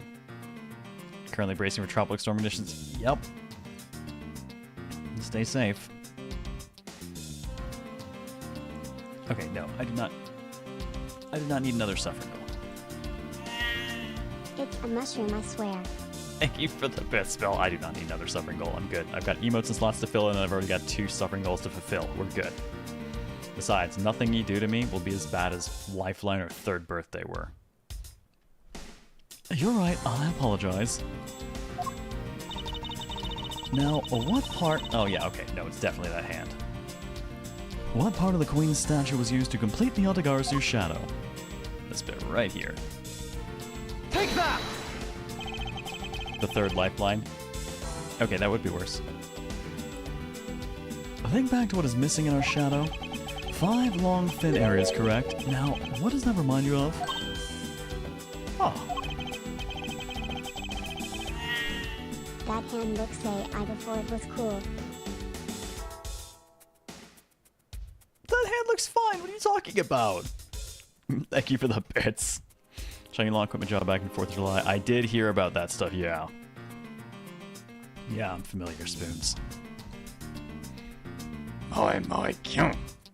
Oh, that's too much. Honorary pretty dude. Ah. Get gifted.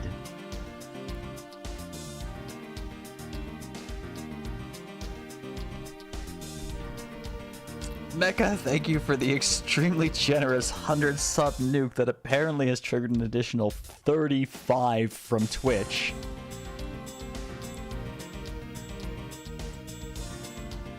You have triggered 76 bonus subs from Twitch alone.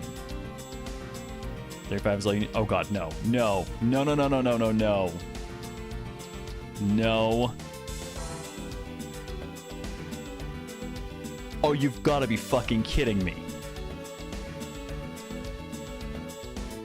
How the fuck is that exactly 2,500? I'm gonna screen cap that, but...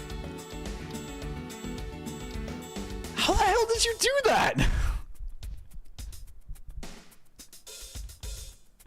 We're at exactly 2,500.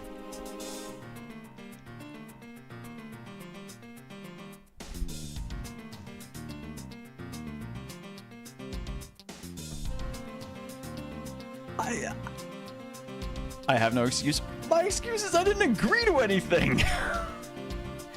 But because that is so fucking gloriously perfect and unintentional, I do have to do something now. That is... I would be remiss if I did not honor the bizarre perfection of that randomness. Your dignity is inversely related to our sub points. That does seem to be the case. We have a specific suffering goal for me? Oh, what's that? That's a 0 shattering kaboom. No earth shattering kaboom. Just a 0 shattering 1. Surprise chaos spiral? No. Oh my god. Also, I'm really thankful that didn't win because I had to attend the all hands meeting for our acquisition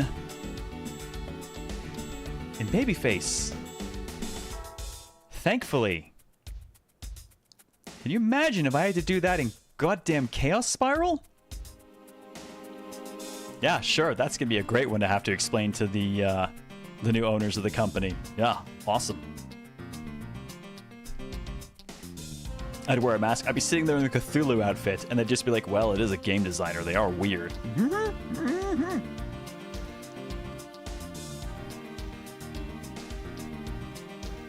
I mean, great. We may need to pay the dev more to have time to shave. Look, I only had time for like a little bit. I gotta get to this meeting. But I will say, though, I did show up with the full holocam running. I had to.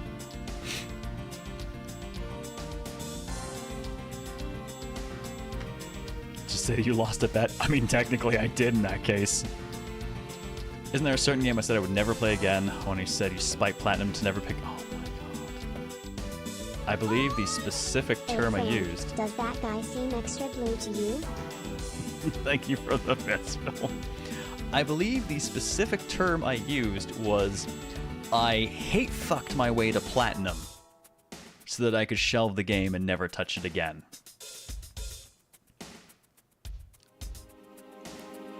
That is also the first game that we ever wore the red Mastercast shirt for.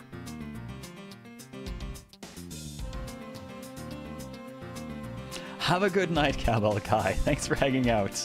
I don't think you'll be missing much more because 10 is basically when I have to stop anyways, so I think we've been distracted out of me finishing much of anything else tonight.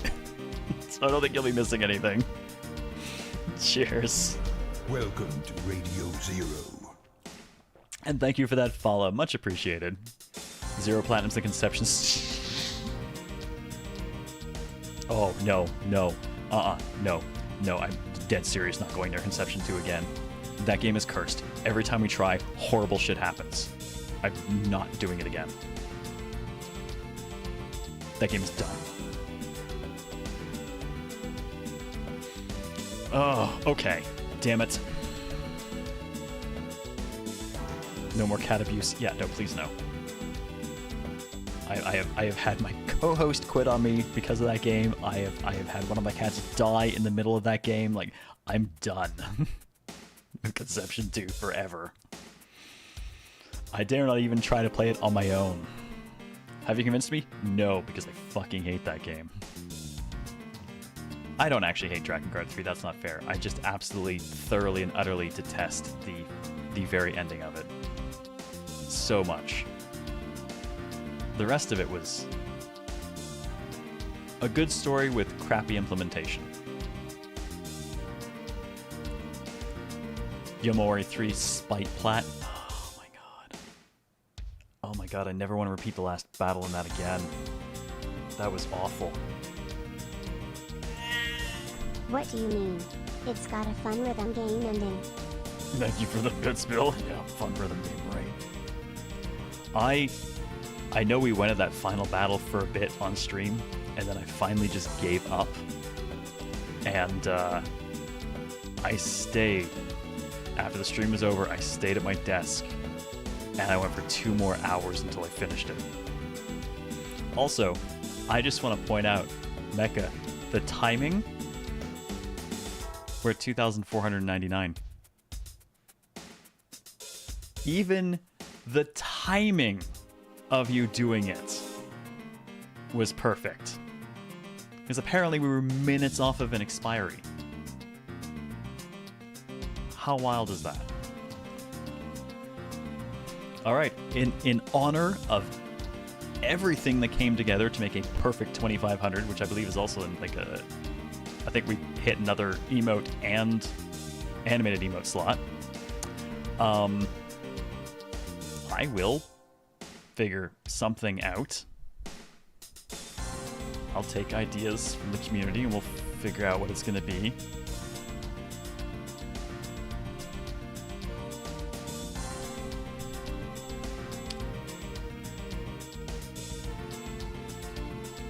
Man, y'all are trouble. Andromeda full playthrough. All I remember of Andromeda is that incredibly stone-faced bitch, please look. Life blog stream? Life blog stream? I don't even know what that is. Thank you for the bits, Bill. What is that? Ooh, wait, no. For my suffering goal, I'll just delete my whole YouTube channel. You'd be doing me a favor. My kid. I'm sorry. Make him play more of his old stuff. Still haven't got a Skylander stream. Nope, I did do Skylanders way back. That, I think. I swear I did. I think I did. I'm pretty sure I did some with Alora. Yep, one stream way back, but I'm pretty sure I did. Okay, not crazy. I was starting to wonder if I was misremembering it. I just never did it. Never finished ME3. I did not, no.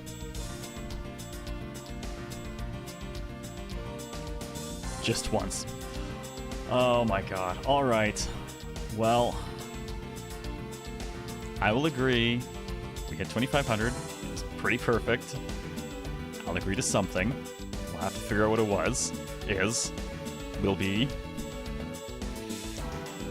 Let's at least wrap this tiny bit here. And we'll wrap everything up. And we'll figure that shit out. Chaos Wars we already did. That was... as bad as the VO was, the thing that was truly cursed in that game was the 30-second long music loop that drove all of us crazy by the end of the night.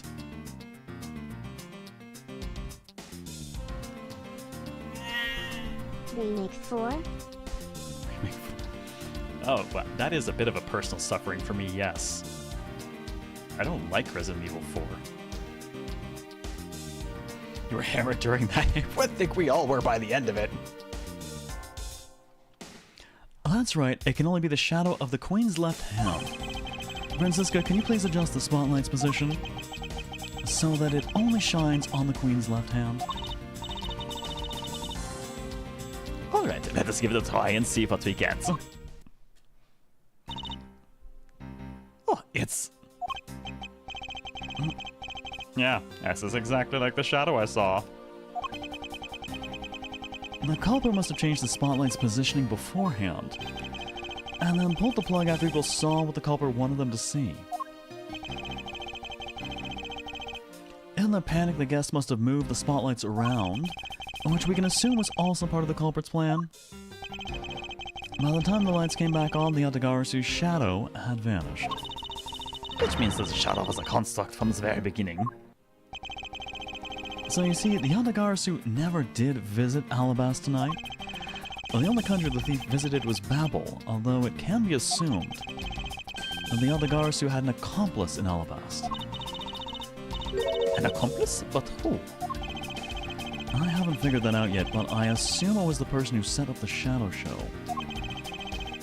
I sense that the biggest clue yet to solving this case is the existence of this accomplice.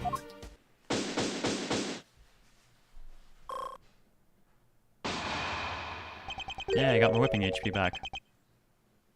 I don't know who's asking me. How's the investigation going? Who is speaking? Oh, it's him. How's the investigation going?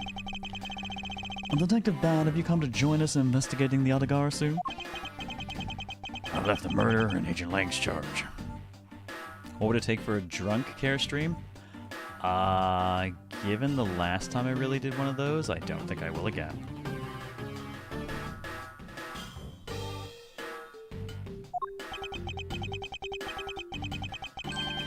Our only target from the very beginning is the Atagarasu, so yes.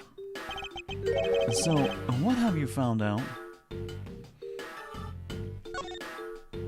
And I guess he can tell us what he found out. Oh, I was going to say tomorrow, but it's not tomorrow. It's next week.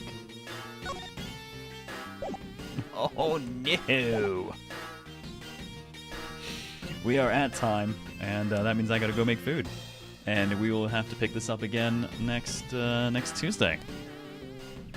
I've set pretty much all of next week aside for it as well, aside from the usual Friday virtual couch night, just in case. I want to make sure that we definitely have time to finish it up, and we're not actually in a rush to hit anything other than doing the demo for Metaphor, so we can vote on whether or not I want to commit the rest of the year to playing through that game. Wait. Am I 10 seconds from chapter end again? Okay, fuck it, I'll go. So, what have you found out? I got a piece of evidence. May I see it? Sure, but you might regret it. We're here because we are ready to face whatever may come. So, if you please. Pretty sure? Well, I'm gonna trust you, Sione. People heard the commotion, bystanders started gathering. One woman claimed, "I'm telling you, I'm a genuine international journalist." She gave me an interesting picture. A journalist? Oh god, is it? Well, actually, she's a freelance cameraman. Oh, no. This is the photo I got from her.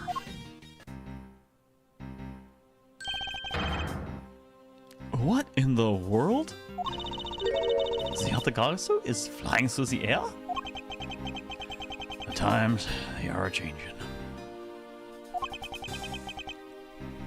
It's not just man, but evidence, even they lie to us now. What are the chances of me doing the Great Ace Attorney games? Well, at least I own those ones, so maybe. I'm gonna keep doing like one from each trilogy, and then that's it. We'll see.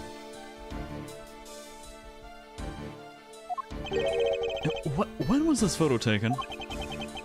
Apparently, right after the fires on the 4th and 5th floors were put out. It was taken from a nearby building that you can see the embassy from. I see. So this was taken after the fire?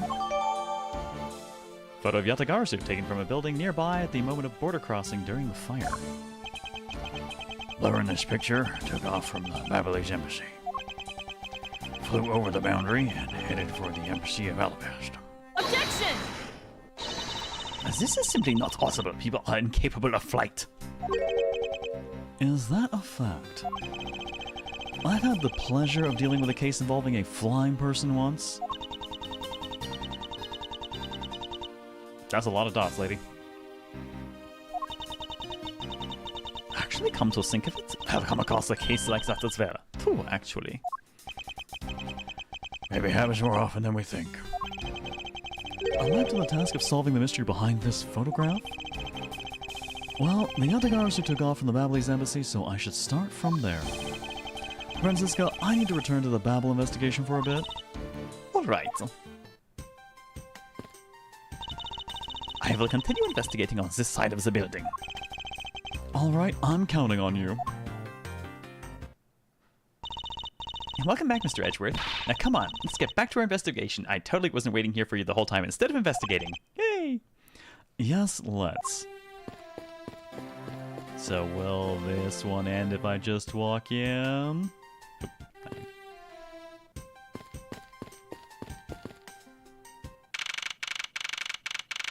March 14th, 10:37 p.m., Babylese Embassy, Secretariat's office. I get the feeling it's not the end of the chapter. To think, after all that running around, we're like right back where we started. It would appear that way. Oh, hi, Mr. Edgeworth. Have you found Manny's killer yet? I'm terribly sorry, Master Plano, but I have yet to find his killer. Well, then I guess his murder really was the work of the Yatagarasu. Let's get one thing straight. It was the work of the fake Yatagarasu. The real Yatagarasu is a noble vigilante who is only out to steal the truth. It's like Batman, but less punchy. Miss Faraday, please don't make such a sad face. If there's anything I can do for you, all you have to do is ask, all right? Mr. Plano. Actually, there is one thing you can do. Will you allow us to take another look around? We didn't have enough time to conduct a thorough investigation earlier. Oh, sure, please feel free to investigate to your heart's content. Also, there are a few questions I'd like to ask you personally, Ambassador. Well, if it will bring a smile back to Miss Faraday's face, then I'll gladly answer anything. Thank you, Mr. Plano. You're a total gentleman. Oh, you don't have to waste such nice words on me, little miss. Hey, Mr. Plano? Well, those two sure got chummy awfully quickly.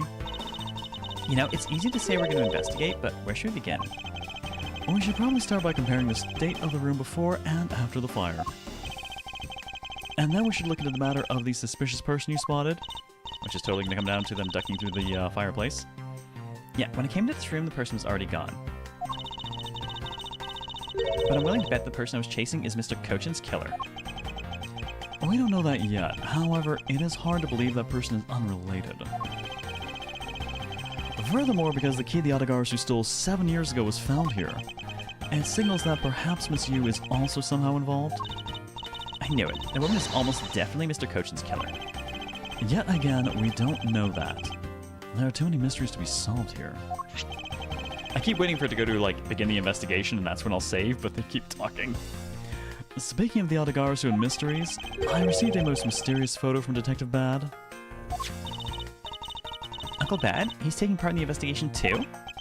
Yes, he's been chasing after the Yatagarasu for all these years. Uncle Bad. Now then, I was told that this photo was taken just after the fire. What? This kind of looks like the person in the long coat I was chasing. Does this mean that I was chasing the fake Yatagarasu after all? I don't know the answer to your question, but I don't think people can fly either. But this could be how the person escaped. Well, we'll need to investigate a bit more before we can say anything about that.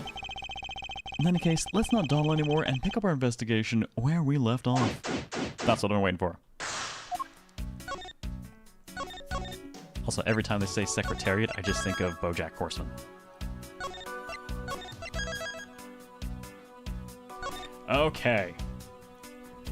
Sione gets fed to the chair as a sacrifice. You were half right. Alright, that is where we are going to stop, though.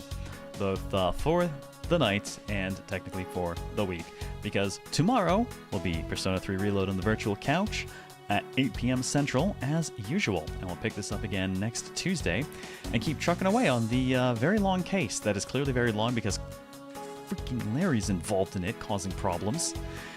Oh, I can't just look for a murderer. I gotta unmurder suspect everyone along the way. Free feeding. Well, free feeding for you, but it costs somebody else. So I do want to say a huge thank you, everyone, for coming out and spending some of your time here with me tonight. I do greatly appreciate it. I know there's many things you could be doing. I really appreciate it people come and hang out with me. It's a lot of fun, and I hope you've been enjoying the game as much as I have. We'll keep trucking on next week. We'll get there. And thank you for putting the Close It links out, BB Guy. I appreciate it. And yeah, the Discord link is available we're active, and if you feel like joining, go for it. It will not tell anyone when you join. It's nice and quiet like that. I do my best to support lurkers everywhere that I can. So, we're going to wrap this up here. Tomorrow night, 8 p.m., we'll do some virtual couch. Otherwise, have yourselves a wonderful night. Thank you again, everyone. Take care, and I'll see you next time. This is Zero out. To ruminate on my losses to Windbag tonight. 2-1 in her favor. Bitch.